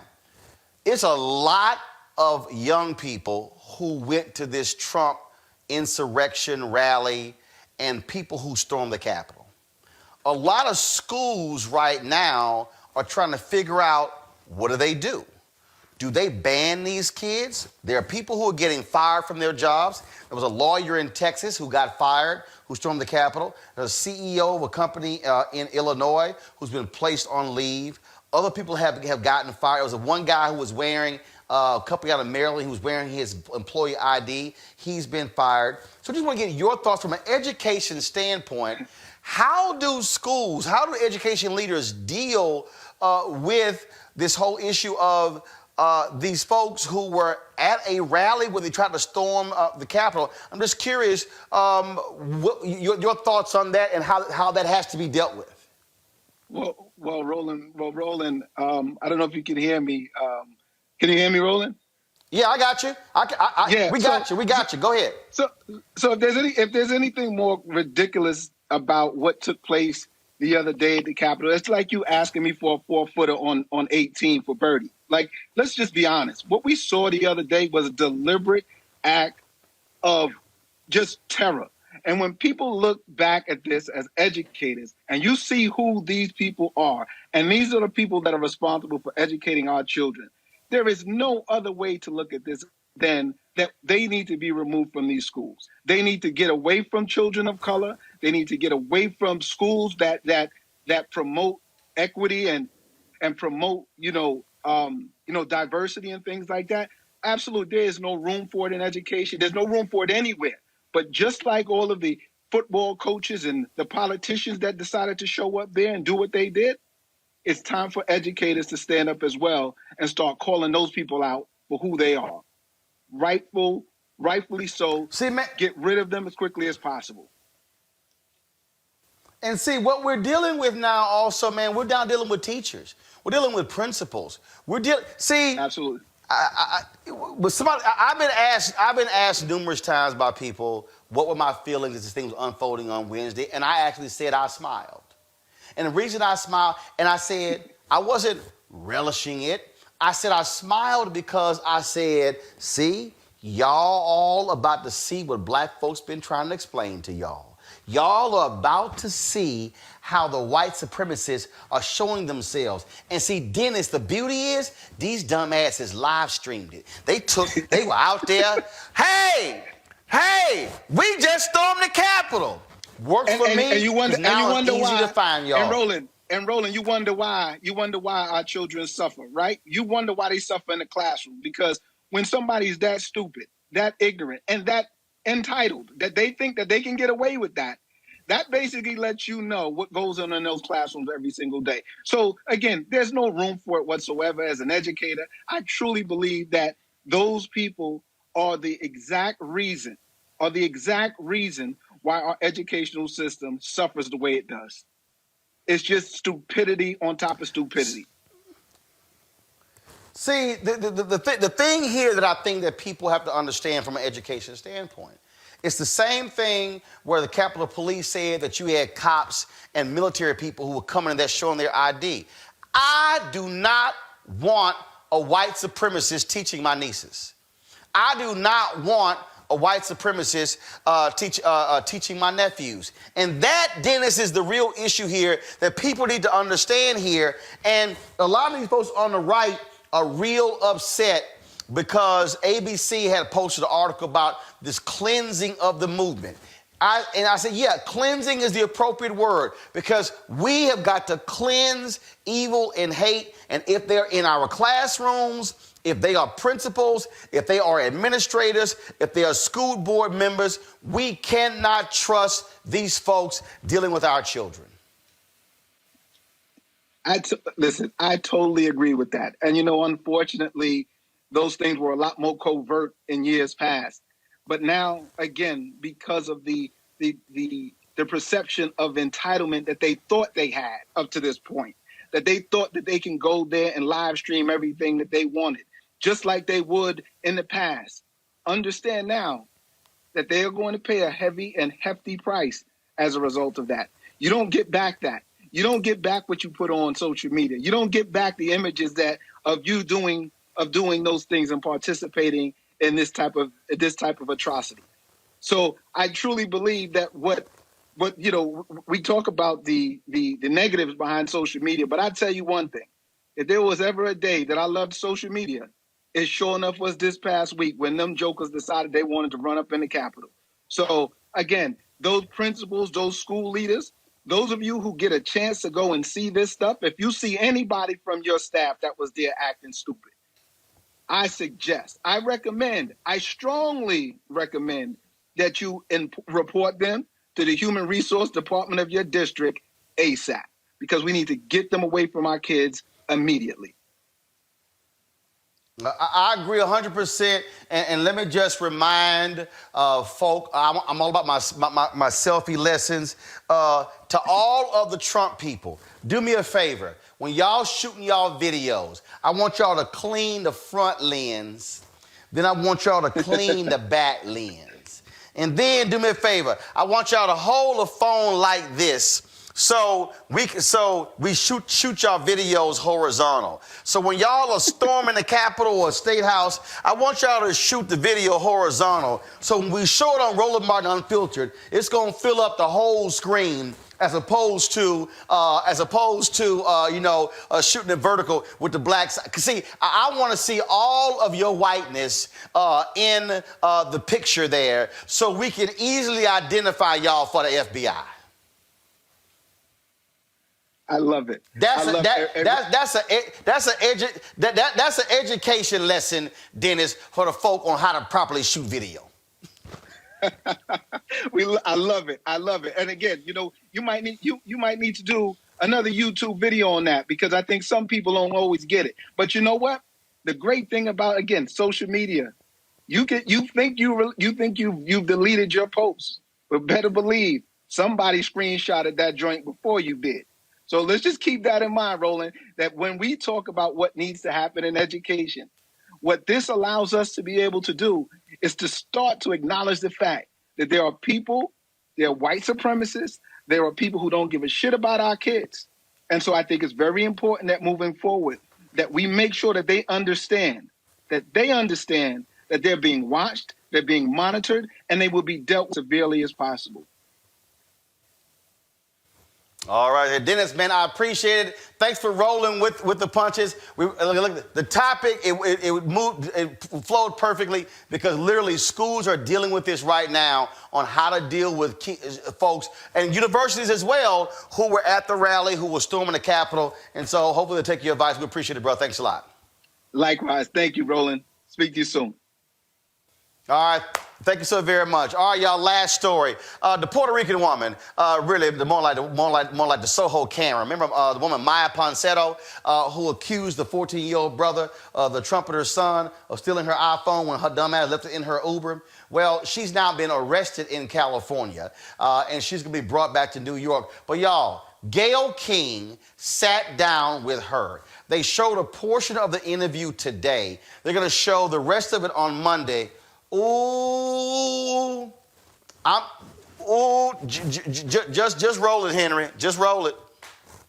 Mia, help me understand. What made you think that Keon had your phone? That's why I'm confused. Why did you think he had it? I was approaching the people that had been exiting the hotel, because in my mind, anybody exiting is probably the one that might be the one that is trying to steal my phone. I admit, yes, I could have approached the situation differently, or maybe not yelled at him like that and made him feel, maybe some sort of inferior way, making him feel as if I was like hurting his feelings, because that's not my intention. I consider myself to be super sweet. I really never ever meant for it to like hurt him or his father either. Are you saying that you were stopping everybody in the lobby, asking them about your phone? Is that what you're saying? Not everyone, just the people that in the meantime, while the hotel manager was checking the footage, I just wanted to do my part as best as I could. You just described yourself as super sweet. I know you've seen the video. When you look at the video, the reaction seems very extreme. It doesn't seem like it's someone who's super sweet. How would you feel if you were alone in New York and you're going to spend time with your family during the holidays, and you lose the one thing that gets stolen from you that has all of the access to the only way that you're able to get back home? I just don't think I would randomly attack people, is what I'm saying to you. I know you said you could have handled it better, but I just don't think I would randomly attack people in the manner in which you did. What do you think when you look at that video? You're standing there in your leggings and your flip-flops, and it looks like you're just going nuts, for lack of a better word. No, I'm not letting him walk away with my phone. I don't feel that that is who I am as a person. I don't feel like this one mistake does define me, but I do sincerely, from the bottom of my heart, apologize that if I made the son feel as if I assaulted him, or if I hurt his feelings, or the father's feelings. I don't believe one mistake defines anybody, but I think when I look at that particular video, you did more than just accuse him. The video seems to show that you physically attacked this young boy. You do see that too, right? But at the end of the day, the dad did end up like slamming me to the ground and pulling my hair and throwing me and dragging me across the ground. So I will say that. Yeah, but I think, you know, the video we saw, it looked like you had just attacked his son. Yeah, the footage shows me attacking his son. Of attacking him how? Yelling at him? Yes. Okay, I apologize. Can we move on? I know you're saying I don't need to, I just want to apologize, but I do think that there should be some context to your actions that day. Okay, so basically, I'm a 22-year-old girl. Racism is, how is one girl accusing a guy about a phone a crime? Where is the context in that? Mia, what is the deeper Mia, story it's here? not, that's not the problem. You have to at least understand your actions that day. You seem to have attacked this little boy, this young boy, this teenager. You seem to have attacked this teenager about the phone, and then it turned out he didn't even have your phone. That's the thing. I mean, you're saying, look, I'm 22 years old. You're 22 years old, but you are old enough to know better. So I will say you're 22. I get it. Enough. The hotel did have my phone. The hotel did end up having my phone. I did get my belongings returned to me. All right. Oh, wow. Great, Gayle. Enough. That was my favorite part. Enough.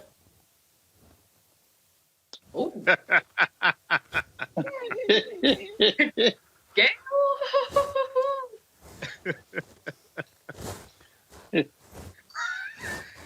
Ambition. When she reached out right now, hold up. Right now, I'm about to sound like a lot of the older black women watching Roland Martin Unfiltered right now. This is what they just said. I know that heifer did not just hit Gayle with enough. I know that heifer didn't. That's what the older sisters right now in Meech are saying. I know that heifer did not enough. You know it's some black women who are like, ooh, her ass should have been backhanded. They lucky Gayle was in New York and her ass was in California. It was unbelievable. The gall, one, for that action in and of itself, but in the entirety of that interview, you see someone who does not want to take any responsibility, even though there's video footage. She kept talking about, well, maybe she hurt this guy's feelings. This has not a damn thing to do with feelings. You physically assaulted a young man. You physically assaulted someone who's a teenager. You came after this guy, jumped on him, accused him of stealing a phone without any evidence whatsoever. She had already talked to the hotel staff who were already, looking around for her dang phone. She saw the first black guy who was in that vicinity, and she decided to all of a sudden, push all of her anger and upset on him. And then when Gayle is trying to get her to admit to, or at least see her own culpability and fault in all of this, she falls back and somehow tries to make herself the victim. And, this is something that happens when people accuse black men of things all the time, but the level of gall she has to do this. And then she talks about how young she is. You attack somebody that was years younger than you. This is an adult. 22 is grown. She knows better. If she thought her phone was stolen, the thing you do is report it. You don't go chase some young kid down and jump on him. And she just lost all of her mind. And then when Gayle pushes her, to explain herself and at least try to take some responsibility for the video footage all of us saw, all of a sudden, she's done. Everything is over. We're ending the interview. It is just beyond me. Hey, Michael Brown, I'm telling you, It's some black parents like, ooh, if your ass was my kid and you hit enough and the hand enough. And at least the lawyer tried to whisper to her, "Are you kidding? What are you doing? You don't treat you're trying to act like with some level of responsibility and respect to the interview." And clearly she didn't want to do that. The lawyer tried to whisper to her, this whole privilege thing it's just out of control. And then she was going to argue about what happened. She had to have seen the footage. And you tell me what father or parent, mother or father, would not pull someone off of their child if their child was getting attacked. Look, hey, Michael, all I'm saying is, when I first saw that video, her ass said, enough. All I could think about is Terrence Howard. Whoop that trick. I couldn't think about nothing. I was like, I know she did not. Well, Roland, this whole situation here is wrong on so many levels. First of all, in that interview, when she said enough, she reminded me of Roberto Duran saying no mas in that second Atlanta Roberto Duran fight. Number one, when he said no mas. Okay, number one. Two, how many other people did she tackle? How many other people did she accuse? I'm still trying to figure out, why do you think this 14-year-old boy had your phone? But then she said, now I know she's Puerto Rican, but I know she's a Puerto Rican woman, but she's playing the role of a white woman. Because then she says, I'm a 22-year-old girl. You're a woman. When you're trying to get into a club, you don't say you're a 22-year-old girl. You show your ID that you're 21. When you go buy alcohol, you don't say you're a 22-year-old girl. You show your ID and you say you're an adult. Okay, so how is it now you want to jump and you want to say I'm a 22-year-old girl? I ain't never heard of a 22-year-old girl. Okay, I'm sorry. That doesn't even make sense. But once again, brother, I know she's Puerto Rican and we have, Afro Latinos and things like this, man. But you can file this under crazy ass white people also, So. Hey. Look, all I know is this here. I think I was like 14 or 15. Maybe I was 16. And all I remember was we were having this conversation, and my daddy said, let me explain something to you. He said, I don't know how big your ass get, and I don't care how old your ass may get. Both Michaels know exactly where I'm going, because I'm sure Daddy Imhotep, and I'm sure Ron Brown said the same thing. I don't care how old you get. I don't care how big you get. I'ma whoop your ass if you get out of line. Now, I'm not sitting to y'all, because when you black, you like, because I keep, like, it don't matter how old you get. You deal with some black daddies, and I know, Amisha, your mama and them sisters in your family said, nah, your ass might think you cute. Your ass might think you grown. But I will backhand the shit out of you if you say something crazy. Now, y'all know I ain't lying. So, Lil Mia, whatever the hell your name is, girl, first of all, she lucky she accused a young brother and his daddy. Because I'm telling y'all right now, had it been that boy's mama, and if that boy was a girl, I'm telling y'all right now, Mia ass would be doing that interview from the hospital. Mia would have had some bruising going on. He was raised to not raise hands, because there are a lot of young boys, you jump on them like that, you still might be in the hospital. Again, she accused this young man. She ran after him. She grabbed him. He is pretty much defenseless. He doesn't put a hand on this girl at all. And then his dad jumps in because he's watching his son get pummeled by a crazy chick. I don't know what the expectation was here. I'm glad it was recorded, because clearly she's delusional about the set of events that occurred and what she did to make this all fall out. Hey, I don't quite know. Man, y'all gotta understand. I'm just gonna tell this one story before I go, cause y'all, this is a true story. True story. I went shopping with my mom and my daddy, and we went to a Kroger in Houston.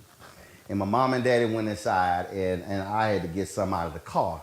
And so I'm coming to the Kroger, and these two white guys walk by, and I hear, "Let's get that nigga." I was like, oh shit, get my ass in this store. I probably was 13, 14, about the same age as this boy. So I go into the store, and I never forget, we were on the meat aisle, and I tell my mama and my daddy what happened. My daddy go, "What? Let's go." My mama, straight, y'all, here, let's go. Now, mind you, my daddy ain't somebody who loud, rambunctious, getting in fights and stuff. You know, he quiet. Nah, but you mess with his family, he kick into another gear. So my mama, she trying to be, black woman. She's like, "Reginald, don't, this is all I hear. Woman, I don't want to hear it." I was like, oh shit. So we walk out of the store. Next door was a Walgreens.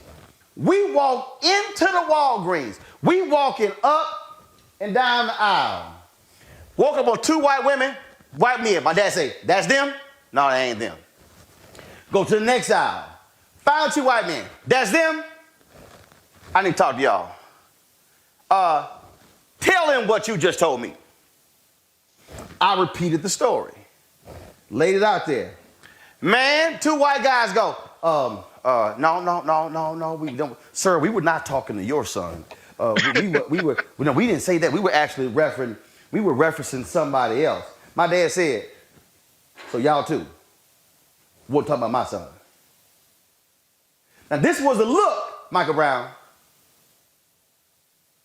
Okay, I'm gonna go to this camera, Henry. This was a look.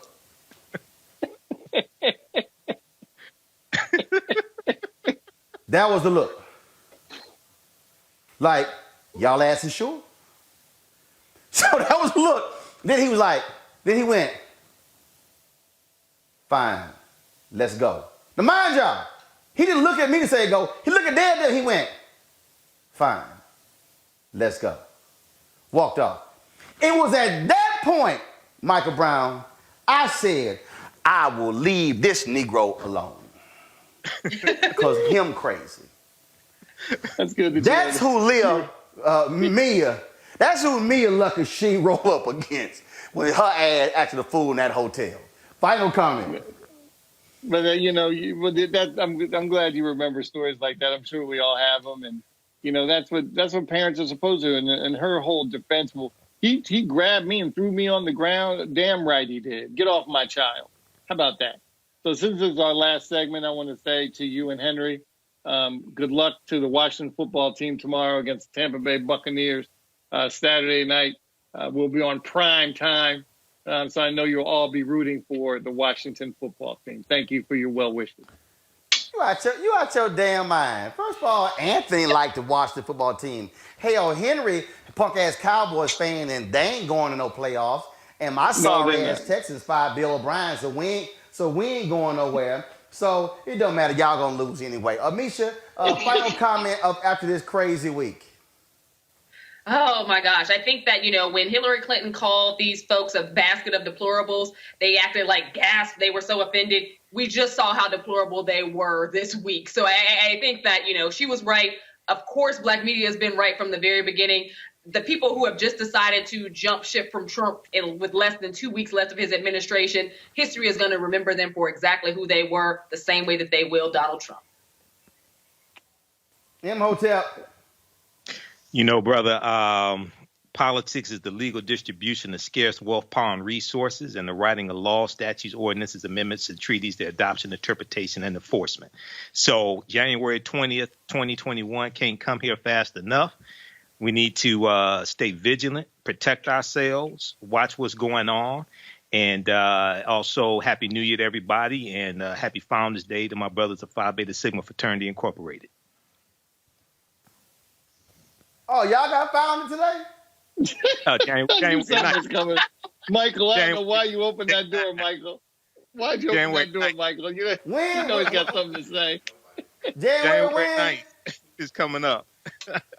That's cute. That's cute. That's cute. Congratulations. That's cute. Oh, yeah. Thank you. All right, y'all. That's it for us. Let me say this here, y'all. This is our last day here in Georgia. We arrived here on when was it, Anthony? December 5th. We came here December 5th, and we dedicated that we were going to cover this Georgia Senate runoff race. I felt it was important for Black media to be here, to be on the ground, telling our stories from our perspective. I was not going to trust mainstream media for covering our story. I wasn't going to trust them from doing what they do and what they always do. And so that's why we came here. And we committed ourselves that we were going to be traveling all across this state covering this election, and we did that. And I got to thank y'all because the resources that y'all have provided for us, also watching this show, the advertising dollars that we generated from YouTube and our partners, folks like AFSCME and Black Voters Matter and the National Coalition of Black Civic Participation, Collective PAC. We've been able to raise dollars over the last year. That's what allowed us to be able to come here and spend 5 weeks. It allowed us to be able to rent this Airbnb out. This was our home here. This here, of course, was our studio. Of course, we were able to eat here, cook here. We took over every room with all of our equipment and everything along those lines, and have been able to cover the election like we wanted to. And we absolutely were fully supportive. Pastor Raphael Warnock, my alpha brother, as well as John Ossoff, covering their events, live streaming their events, bringing you the news directly, unfiltered. You didn't have to watch MSNBC or CNN. We were right there covering their rallies. You were hearing from them, directly from them, and that was important. And so I just want y'all to understand, because every Friday we always run our list of our members. I want y'all to understand that I wanted y'all to see your dollars at work. I want you to understand why we do this show and why we launched this show, because it really is about providing Black folks with a platform that's ours. To have Michael Brown and Michael Imhotep and Amisha, and to have Greg Carr and Erica and Reese and Avis and Julian, and Kelly and Monique and Robert Patillo and Scott Bolden and Candace, and I can go on and on. That's also important for us, being able to have Black commentators, folks being able to speak to the issues. Today, being able to have Congresswoman Maxine Waters and having Derek on the show as well. For us being able to have yesterday General Russell Honore and Congresswoman Brenda Lawrence and Congresswoman Johanna Hayes and Congressman Tim Ryan, to having them on, because we're getting it direct, and that's why it's important. And so our goal, I told you, our goal each year is we want to have a minimum of 20,000 people who are joining our Bring the Funk fan club, who contribute on average $50 each. There are some people who can't give that. I totally understand that. There's some people who can give less. There's some people who give more. And so we appreciate every single dollar. And so we want you to join our fan club. There right now, there were 14,000 of y'all watching today on YouTube simultaneously, the most we've ever had on YouTube. No, the second most. We did 16,500 on Wednesday. The 2,000 folks were watching on Facebook. As we sit right now, we've got 10,000 on YouTube, 1,200 on Facebook. Do understand, if every single person who's watching right now gave, you would represent half of the dollars we need. If 20,000 of our followers, I just want y'all to understand, if 20,000 of our followers gave an average of $50 each, that would fund us for the rest of the year. That means that we wouldn't have to be sitting here depending upon corporate advertising dollars. It allows us to be able to build this platform. I told you that we've signed a deal to build our OTT channels. That's right. And so you're watching right now on YouTube. You're watching right now on your phone. But I want y'all to understand, in about 90 days, you're going to be able to turn that TV on. And if you got Apple TV, you're going to be able to see our app right there on Apple TV. In about 90 days, you're going to be able to turn that television on Roku and watch us on your Roku device, on your Amazon Fire Stick device, on Twitch. If you got an Xbox, you're going to be able to watch our show on Xbox. You're going to be able to watch our show. If you have a Samsung TV, you're going to be able to have that app. That's a Samsung TV right there, where you're going to be able to watch our show right through the Samsung app. That, folks, is what we are building, because this is all about us being able to expand this show and expand what we're doing. And again, it's going to cost $145,000. We already know that. And so we're sitting here building that. So please support us by us giving up to Cash App. $ is RM Unfiltered. PayPal is paypal.me/R Martin Unfiltered. Venmo.com is /RM Unfiltered.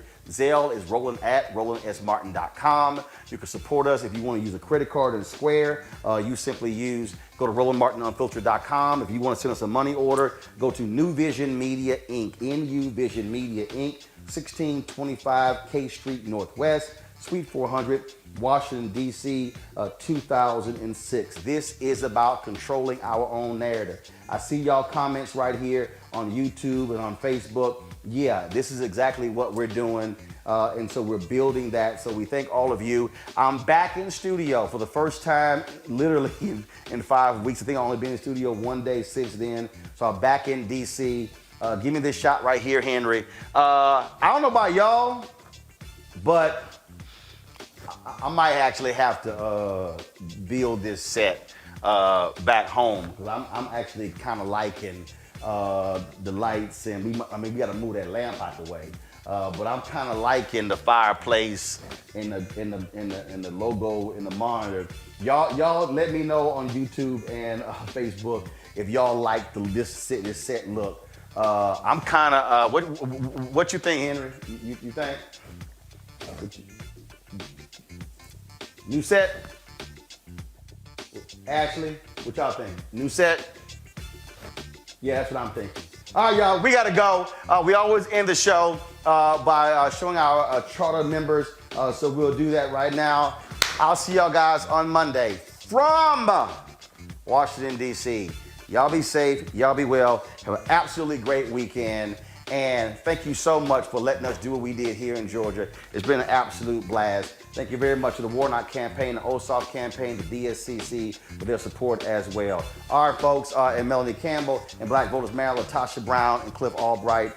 Y'all are fantastic. Also, Black Church PAC. We thank y'all for your support as well. Georgia Stand Up, Black Youth Vote, all the folks who did an amazing job. Okay, folks, I will see y'all on Monday.